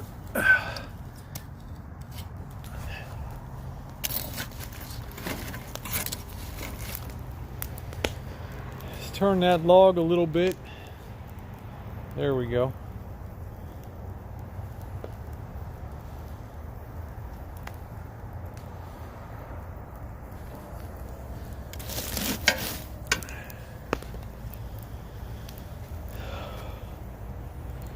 Yeah, I'm running out of wood. I've burned so much wood.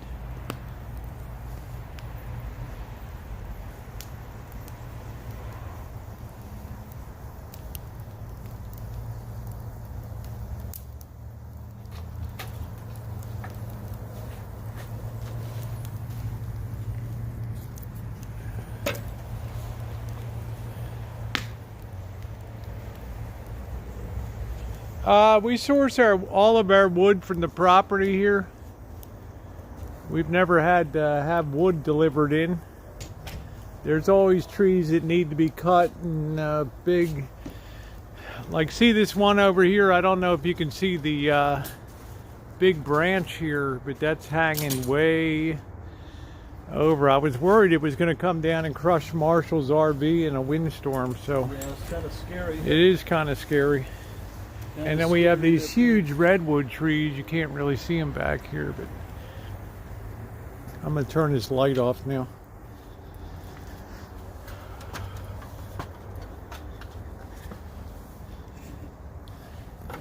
I don't think we need that on, huh? Yeah, I think it's time to try putting that panel vinyl on tomorrow. We got good weather. Put the awning light. Got good weather for that to dry. Yep. That can be done. And No, well, if a limb falls down, I do take care of it myself. I've never, when I first moved on the property, I had 5 trees dropped here.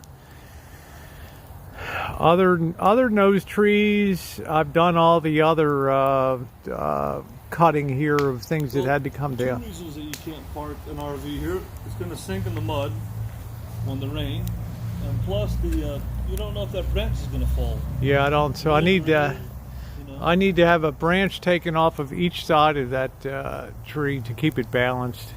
I think you need the whole branches cut off. I want to cut the one that goes that way and the one that goes this way. This one here.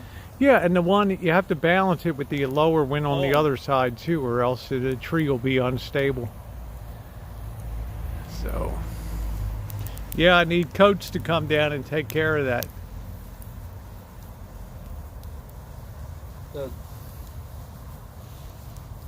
For that job though, I'll call a pro in to cut those 2 off because it'll crush the fence over here if I'm not careful about how I drop it. Yeah. This one back here at the orchard. Oh, okay. That one, yeah. Okay. It's just coming into the shine shack. That one's Well, it is. It needs to be tamed. It's just it's going to overgrow the fruit trees and things over there. So probably this winter is a good time to do it when there aren't any leaves in the tree. You know, Rosie, I bought some Folgers coffee. Yeah. You know, the greatest commercial, how many times have we seen it? The best part of waking up is Folgers in your cup, or Maxwell House, good to the last drop. Yeah. I know, but Folgers is famous, probably the most marketed coffee in America. And I bought this coffee, $6 for 12 ounces. The coffee tastes like you're drinking something burnt. It's pretty bad. That's all we drink is just grab the cheap coffee. Well, Folgers is supposed to be a starter The coffee. Hills Brothers. No, this is. I think that Hills Brothers, they're both equally as bad. Cafe Bustelo is cheaper actually and tastes better. Cuban coffee. I didn't get a lot out of it, but that's just me. I don't have very refined taste on things. I just think the Hills Brothers and Folgers is so watered down. Even if you put a little bit of cream in there, there's no flavor to it, you know. The only thing, you know, coffee just got beyond me. It got so complicated. I grew up, you just went in and ordered a cup of coffee. That was it. In other words, we didn't know fancy coffee. You know, we would just... Tim Hortons is a good coffee. It's a Dunkin' great Donuts coffee. is a good coffee. Yep. You know, but I don't think all coffees are the same. They're not. No. Good night, Craig. Thank you again for your wonderful support. I appreciate that. A coffee should be bold Mila and and not everybody else, thank you tonight. A coffee should be bold and smooth and not bitter like Tim Hortons or Dunkin' Donuts. Right. I can't figure out what the secret of Tim Hortons. They say the water in Canada or something. Probably but the I don't water know. and the cream, yeah. Because the coffee being Yes, the coffee. Elvis does have a taste for the finest things. Yes, he does. But Me, it's just I'm lost with all that stuff. I walk into Starbucks, I have no idea what you these know what I people want to order. buy you, Rosie? I want to buy you a belly dancer outfit. There you go. You could go wear that outfit and look like a belly dancer and do the bacon. That'd be There you funny. go. Okay. Why don't you get me that? I want to, yeah, like some sort of a like a Middle Eastern thing. Yeah, that funny. would be good. I'd Something- enjoy that. Um, That'd be cool. what size do you wear? How do I look for it? Oh, I think it's, I don't even know. You have to see how they're sized, Oh, you how- know.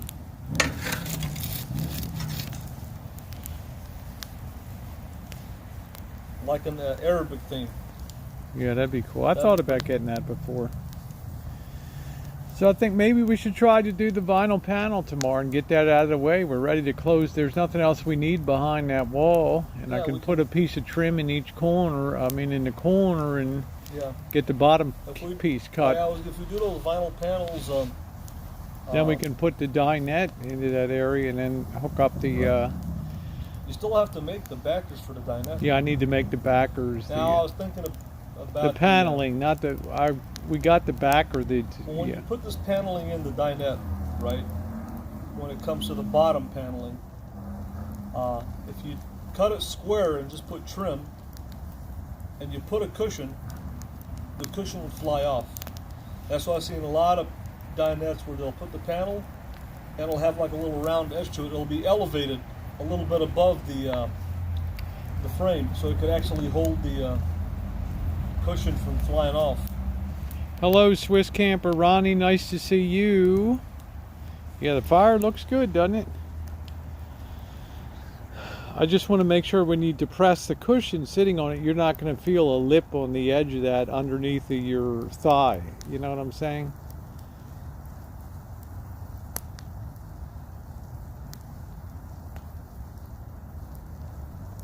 Finally, that log is burning. Yeah, I don't like bitter coffee. I find like Starbucks, I have to go in and ask for a blonde, and then it takes like 10 minutes for the guy to do a pour through and Pour over, yeah. pour over. Wow, it took him forever in Pacific Beach, and everybody was looking at me like I was a nut down there. You know? Because they use the pipe blend, which is really dark. Yeah. Sometimes they'll have the blonde on brew, or most of the time we'll be like, we have to do a pour over, and it takes 15 minutes. Bruce said dark roast Folgers is good.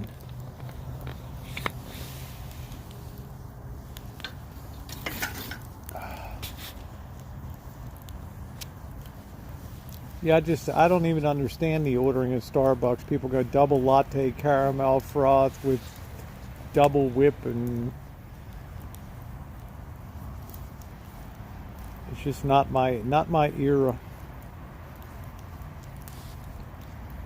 I gotta make sure this phone doesn't overheat. It gets crazy.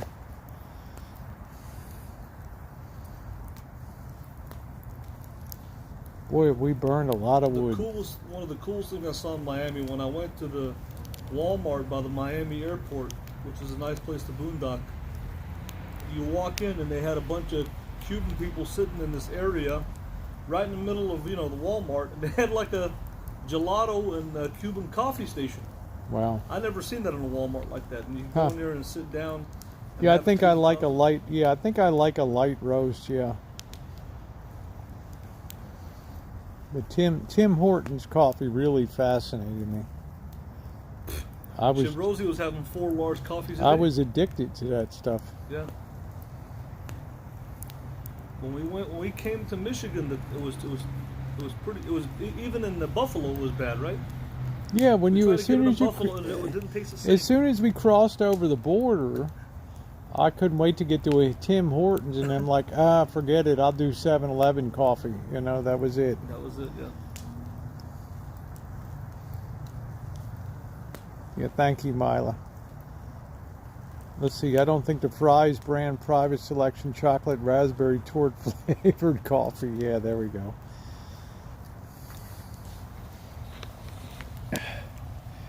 Using distilled water changes flavors. I'm believing that. But man, that coffee was good. I couldn't wait to wake up in the morning. Water in Canada is so good, you can drink it out of the tap. Yeah. The water in Lake Ontario is clean. I don't know if it's the water or the cream, but I couldn't believe Rosie had 4 large coffees a day. I love that stuff.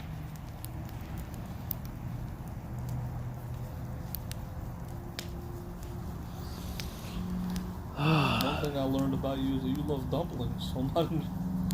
That really caught me off guard that you like dumplings so much.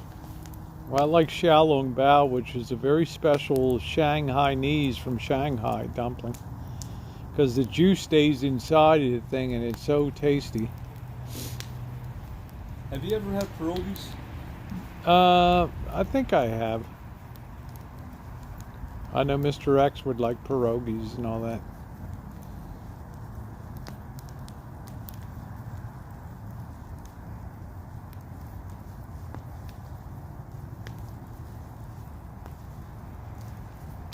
It's like watching the TV, right? WGA or whatever in Chicago with the So if fire. you had a choice to live, to live, right?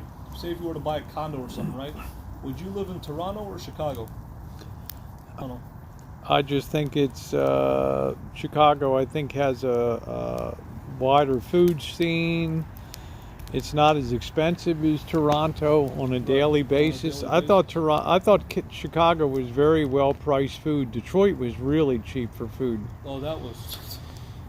Yeah, I like pot stickers too. Met this guy. So I you're do saying too. Toronto is kind of expensive to live day by day. Yeah, I compared to just found it Chicago? an interesting city, but on a daily basis, I think it's very expensive to live in. It's like New York City. Right. It's like San Francisco, all of them. They're just really super expensive. Right. Even though we didn't really go to so many expensive places, we went to the lower end, but you know. Well, I tried to stay in my budget every day. Yeah, Detroit is really cheap. Gas was cheap. Food was cheap. The food was I cheap. love Michigan. Michigan had better Middle Eastern food than Toronto, and it was cheaper. And Yeah. it was more. It was just I love Sterling Heights. It was more simple. The Gadier Market though in Toronto, man, that shawarma though just couldn't be beat. They really knew what they were doing. That place was jammed. You couldn't even get in the parking lot and get parked properly Well, over that's there. a Lebanese meat market. That's Yeah, a it was Lebanese good. style. It was good.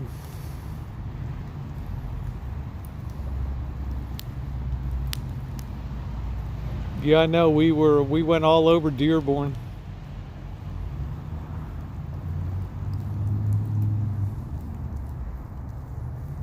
Man, that was really cool to see all the beautiful women at Larsis on the good food. And Rosie didn't even try the pacha. You didn't try the stuffed Sheep intestine. sheep Yeah, intestines. I do regret I didn't have that. Not that I didn't want to try it. It just kind of. The funniest thing, guy, we sit and the waiter's like, "Is this your wife?" Yeah, the maitre d'. Yeah. Yeah. And then there were 2 guys from Chicago there. Yeah, I remember They came that. up to me. Yeah. They're like, "Man, we came here to eat," and they ate like in 30 minutes, Rosie, and they were out of there. Yeah, they came a long way to eat that food, you know. Yeah, and then they just boom, just shit it out. That was kind of funny. To drive that distance just to eat. But it's not really that far, right, Rosie? No, it's not. Detroit to Chicago. It's only what, 4 hours? No, it was a pretty easy run. I think we only stopped like one time on the way over there. I really enjoyed Michigan. I love Dearborn and then Sterling Heights, and especially Sterling Heights. We hanged out with Man. We saw the Ford Museum. I liked it. Yeah, I actually didn't hear any call to prayer when I was in Michigan at all, to tell you the truth, Star Walker. I didn't like the rest of Detroit though, where we went on the Hood Chooch and Packard Plant and all that stuff.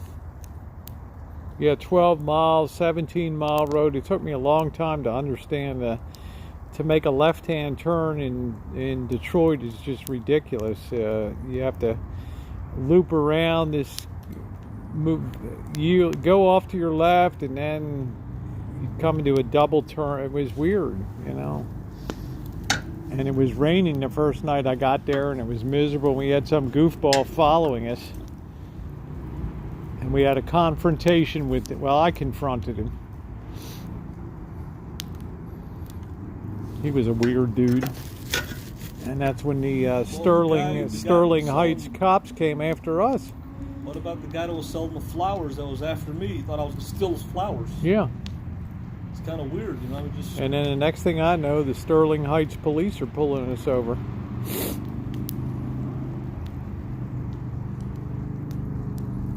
I mean, you really got to get used to cops when you're out traveling and things like that. They're always going to be a part of your life.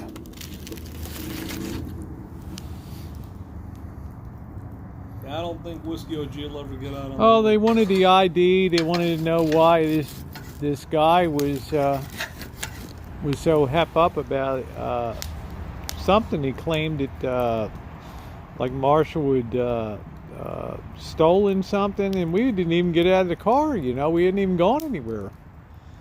And the guy started following us, and then finally I got so sick of it that I just confronted the guy. I jumped out of the car and ran over to his truck. And I said, "Why are you following us?" It was weird. Well, the whole time we're having a hangout, the guy's sitting there in his truck. Yeah, it was strange. He was just really creepy. And then when we would take off, he would follow. And I thought, wow, is this the way it's going to be up here, you know?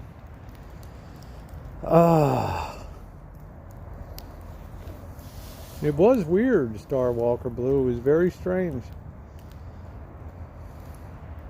No, it was a guy that had Marshall and I had parked outside of like a little strip mall. And it was funny because it was the same place that Boris had gone into and did his video. And we were just walking along looking in the windows, and it was after closing. And you know, I'm nosy. I look in windows, and then I guess the guy started freaking out. It must have been a high crime kind of area over there or something. So the guy hopped in his truck and he started following us. And that's when I ran over the curb. It was misty. The headlights on my van are like nothing. They're not even like lights. They're like candles. Man, that's a recipe for disaster. Rosie's eyesight at nighttime, and these things are so. It's like a bicycle light is brighter than what Rosie has on that van. She needs to change the lights on that van. I can't even see. Oh, I don't care, Mila. That never really bothered me to judge by the company I keep. It's fine. You know, I think there's more important things in life, and trying to be a nice person and stuff like that, I think has a decent reward.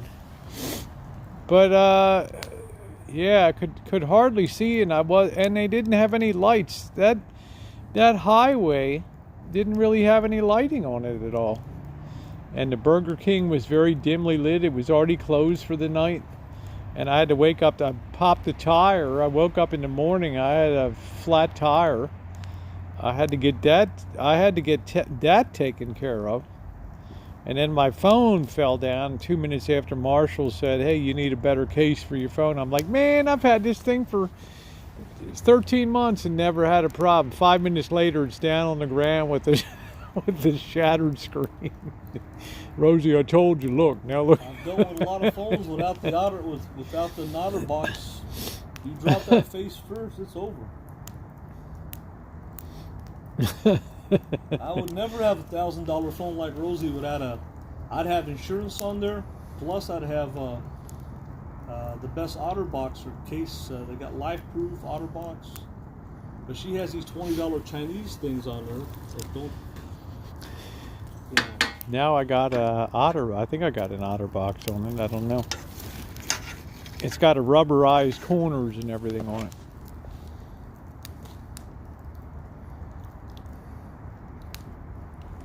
Well, my vision is not real good at night, low and light vision, and then it's like my headlights are like two candles in front.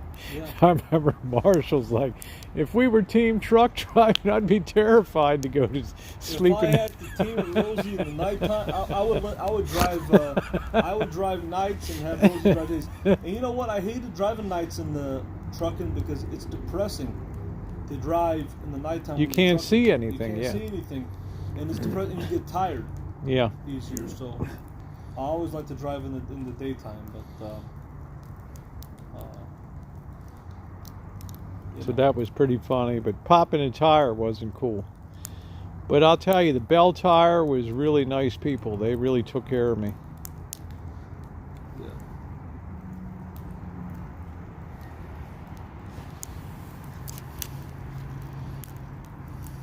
I think the people in Michigan were friendlier than Chicago. The food was cheaper. It was just more simple. I think the Italian food in Chicago was real good. Well, I mean, Oh, I hope I never lose my keys again either. That's why I wear a lanyard around my neck now. No way I'm going to lose them. But I'm still only going to travel with one. I still want Missy Jen to have backup, so. Because it's only one day by FedEx to get it no matter where it needs to be. Unfortunately, the keys that they sent me back, somebody turned them into Planet Fitness, and the key fob didn't work anymore. I think Michigan had the best of everything. We met Lady T, we met Andrea, I met my new friend, the doctor. We had some great food that was good price for what it was, you know, and everything we had was good. Yeah, we met the Divine Healer. The prices are overall cheaper than Chicago. The thing with Michigan that I'm trying to understand I thought I died and went to and heaven. actually, when we went to Royal Oak area, that everybody was really friendly there, and it was a nice area to go out the night. Remember Royal Oak? Yeah, I don't know what that means, Star Walker. If you put a chip under your dash, you can use a regular key. How would I get something like that? I'm sorry, what did you say, Marshall? No, I said the nightlife area in Michigan was nice too. People were really Royal Oak friendly. Royal and Oak, yeah, that. and Ferndale. Yeah, it was Ferndale, cool. There was a lot of stuff that I liked about Michigan. Isn't that where the guy tried to get on my camera, or was that in San Diego? No, that was San Diego. That goofball. That was San Diego. People in Michigan. Yeah, you know, JJ, the magnetic cases, I can't find one big enough to accommodate this big fat key fob. It sucks. Yeah, Royal Oak and Southfield are predominantly Jewish. I didn't really notice that, but I noticed it was fun to walk down that the people area. That was the most friendliest nightlife crowd Yeah. I've ever seen. People were really friendly Yep. there. Everybody was having a good time. It was. not Hasidic Jews. Oh, okay. And, I associate Hasidic Jews with like New York City and Brooklyn and those kind of places.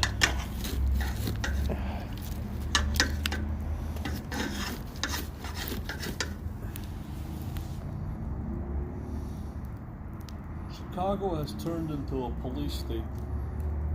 It's too police state over there.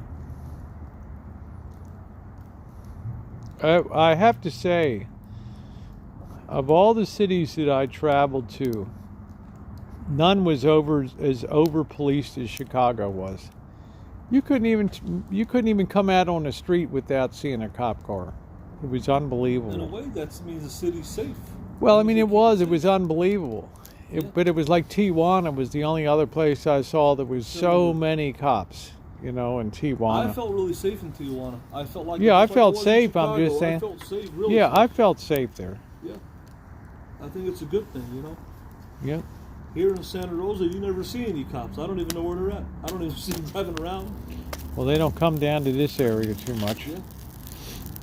In Chicago, you got bike cops. This is the Badlands down here. Yeah. You can get mugged walking down the street, or there's no. Oh, they have larger key cases in Amazon. I'll have to check that out, JJ. I'll definitely have to check that out because I got one of these stupid program keys that cost me a fortune to replace. All because these dopes couldn't do a simple repair job on the warranty work. It started a whole chain reaction of nonsense. Made me so mad. Yeah, Julie said it still has horrific crime with all that police presence. Imagine how bad it would be without normal police presence. Yeah. See, in Detroit, I didn't see that many cops in Detroit. Maybe they just didn't go to the areas, because I like to go to the bad areas and drive around and get the whole. I don't have a lot of interest. Although, like Marshall said, the Ford Museum was outstanding to go in there. There was a lot of things to like about Michigan, and we only saw a piece of it. We didn't, you know, we're just, Yeah. you know, in the metro. And Well, we were over in Livernois Avenue because Marshall would just ask Google what's statistically crime-wise the worst area of Detroit, and then we would head over to that area. And of course, I'd always want to turn down some side street somewhere. and then want to stop the car and get out and talk to people in the middle of, you know, I just. Marshall's like, "Are you crazy? You're not getting out of this car." You know? You know, Like, man, are you nuts? Whoa, what was that? That thing flamed off that like crazy. Yeah, that's one thing that, I mean, Yeah, Baltimore is too dangerous for cops, absolutely. You know, it's an area that you couldn't pay me to chooch around there. I got over there, I was horrified by. yeah, but west side of Chicago was bad too. Yeah. Yeah, we need some wood, but I think I'm just going to let this burn down tonight because I do want to get a good start tomorrow to get that vinyl. Look at the stars out tonight, Marshall. You got the Orion's belt right up there, the constellation. Yeah, I think in Arizona you can see it better, right? In Arizona, it's Oh, yeah, you get outside of cities. This is a big city here, yeah, so this is a big city. You don't. yeah. see- It's typical LA. It's a You- typical you California get out city. to It's all Arizona, yeah. spread out. It's all over the place. I've never been to Duluth. I would love to go to Minneapolis, St. Paul. That would be awesome. That's the area I regretted not seeing up in the up there, and I regretted not seeing Cleveland and popping in Toledo and Akron and some of the real industrial cities to see what they're like these days. Yeah, that's right, Mr. Z. On the whole Tenderloin Chooch in San Francisco, we saw exactly one cop, and that was without a doubt the scariest chooching ever by The far. atmosphere at Duff's Buffalo Wings was so cool. We walk in there, It was- and all these people were just yelling and talking, and all of a sudden, me and Rosie walks in, and everybody looks at us like, "Who the hell?" You are don't these belong here. You know, what the heck are you doing in here? It was all these, they look like steel workers and stuff in there. They look like real hard scrabble industrial kind of city guys. people?" Right. But they it kind of was- cooled, they kind of chilled out, you It was the know? best chicken wing. They I were ever good, had. man. That Man, it was. well, I'd like to check out. I love post-industrial cities. I like to look around the old factories, and I have a thing for decaying cities. Akron, Toledo, those kind of cities I think are fascinating. But I think Cleveland's doing pretty good. Yeah, the whole Rust Belt. I have a lot of interest in that Star Walker. I do. But then again, tastes are different. Like I loved Milwaukee. Marshall got turned off by the insurance, by the conventioneers that were there and all that. They were drunk at like 1 p.m. in the afternoon and spilling out all over the sidewalks and stuff. So Milwaukee was a really, I didn't like Milwaukee. yeah, there you I go, didn't like kit and cat. anything about Milwaukee. We went to the LGBT area. We went to the down. I didn't like it. The Brat place was good. Yeah, that was good, That Brad. was good stuff we had there, you know. You but didn't like that river walk at all? I thought that was beautiful No. down there. I didn't like it, no. I mean, it's pretty cool for what it is. I think Rosie likes the architecture and all that. I think I love to see the old brewery buildings and it was fun to drive around and see the houses in Milwaukee. That was yeah, fun. that Remember was we did beautiful. that? Yeah, they were really good. That was pretty cool. Oak Lawn surprised me in Chicago, though, how beautiful that was over there. Oak Lawn. How secure, how historic Oak Lawn or Oh, Oakbrook. Oakbrook, Oakbrook, yeah.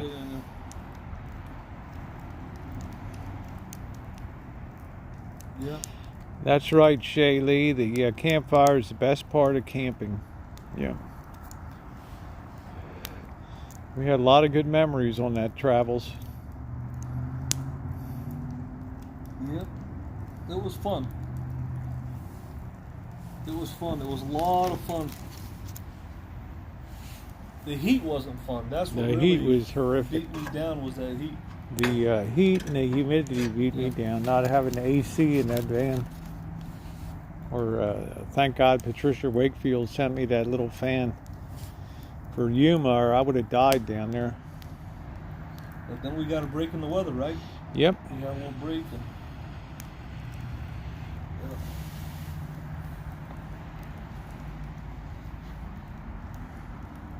Yeah, Star Walker, I don't even think I got one more piece of wood in hand here. I have just gone through so much wood.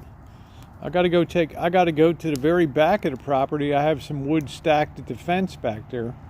But I'm afraid there's rattlesnakes and stuff back there.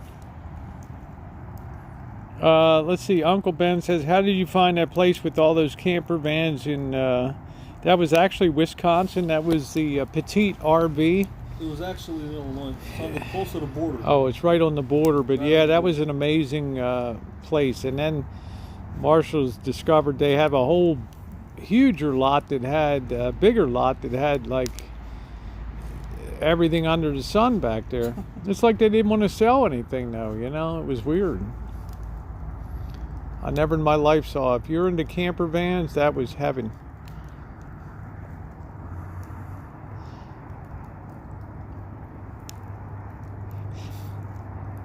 Yeah, they're expensive. I didn't think they really wanted to sell anything. I don't know what they were saving all that stuff for.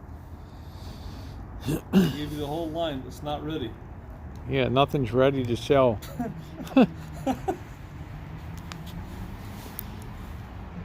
That is the most, that has to be the coolest RV dealership you've ever seen in your life, huh, Rosa?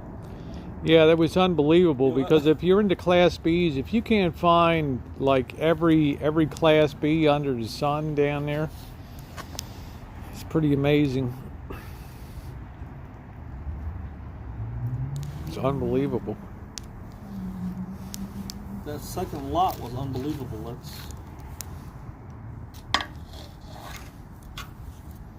Yeah, because you didn't even know about that lot the first time. I saw a little sign that's Petite RV down this way. I'm like, And then the guy followed us, right? yep. We followed. They must have had cameras set up down there.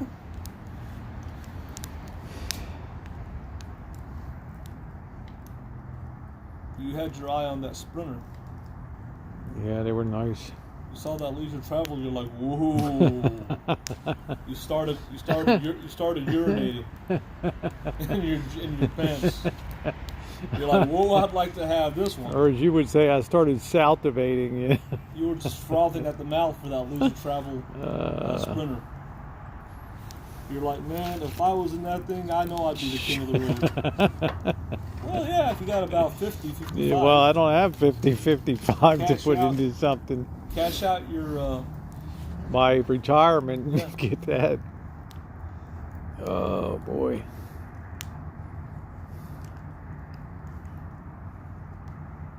Yeah, we lit up when you Oh, okay. Uncle Ben said the owner of the Brat Stop died. I know you didn't like the place, but he owned it for like 50 years. I didn't dislike it. That was the biggest ripoff I've ever seen. It was the first place I ever had cheese curds, which that was place interesting. was a tourist trap. I would never go back there. It was expensive. It was a ripoff. Yeah, they told me you really got to go up to Sheboygan to see the real. To go to the family. Yeah, family places in Sheboygan. Sausages. It was called the Brat House. What was it, the Brat House up there? Yeah, in downtown Milwaukee. That wasn't bad. No, what was the place in Kenosha? Was a Brat Stop. Brat Stop, yeah. That's a ripoff. Yeah. Everybody talks about it. It's just a big ripoff, tourist ripoff. Yeah, Petite RV in Illinois, yep. Yeah, how drunk do you have to be to name a town Sheboygan? Yeah. Yeah, Petite RV. It was worth the drive up there. We went past the Great Lakes Naval Station, but you didn't even feel like you were on the Great Lakes up there. Lake Michigan.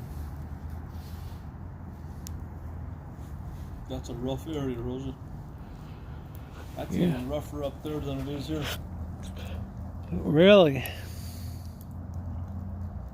They had hired me to work security up there because people were stealing the. They were going into the car dealership and stealing the conversion van TVs and all the stuff in these conversion vans, Wow. and stealing rims off of Corvettes. Yeah, Uncle Ben said there's no homeless up there. Oh, okay. Shay says I'm blessed in many ways, but I've never seen the ocean or the mountains. Yeah, you got to see it. I still haven't taken Marshall out to see much here, the beauty of the wild Pacific coast. Narce really like that. Narce's got some big news. I can't wait to hear what it is. So how far is Mount Whitney from here? I don't even know. I don't even know where Mount. What is Mount? 14,000 feet, the highest. I think that's in Washington State, isn't it? I don't know. California. 14,000 I think it's feet. up near Whiskey's Way. I don't know. I don't know. Play Misty for me. Yeah, the Great Lakes are huge. All right, guys. Well, it's 10:30. I'm gonna pack down my stream. I guess Marshall will go a little longer out here. I gotta break down the screens and everything over there. So I really want to thank you guys for being on tonight. Don't forget, tomorrow night it'll be the orange meringue pie. It's going to be a good challenge for me. So I really appreciate everybody that was on tonight. I hope that you have a good rest of your evening or morning, and I will see you guys tomorrow. Thanks again, everybody. Thank you, thank you, thank you. Good night. Yeah, it was a good stream. Thank you very much, Uncle Ben. I say good night, good night, good night. Good night, Marshall. Good night. Good night, everybody. Good night. Good night. There it is. The king is signing off I'm for going to the go night. on a little bit longer on mine. All right, guys. Have a good one.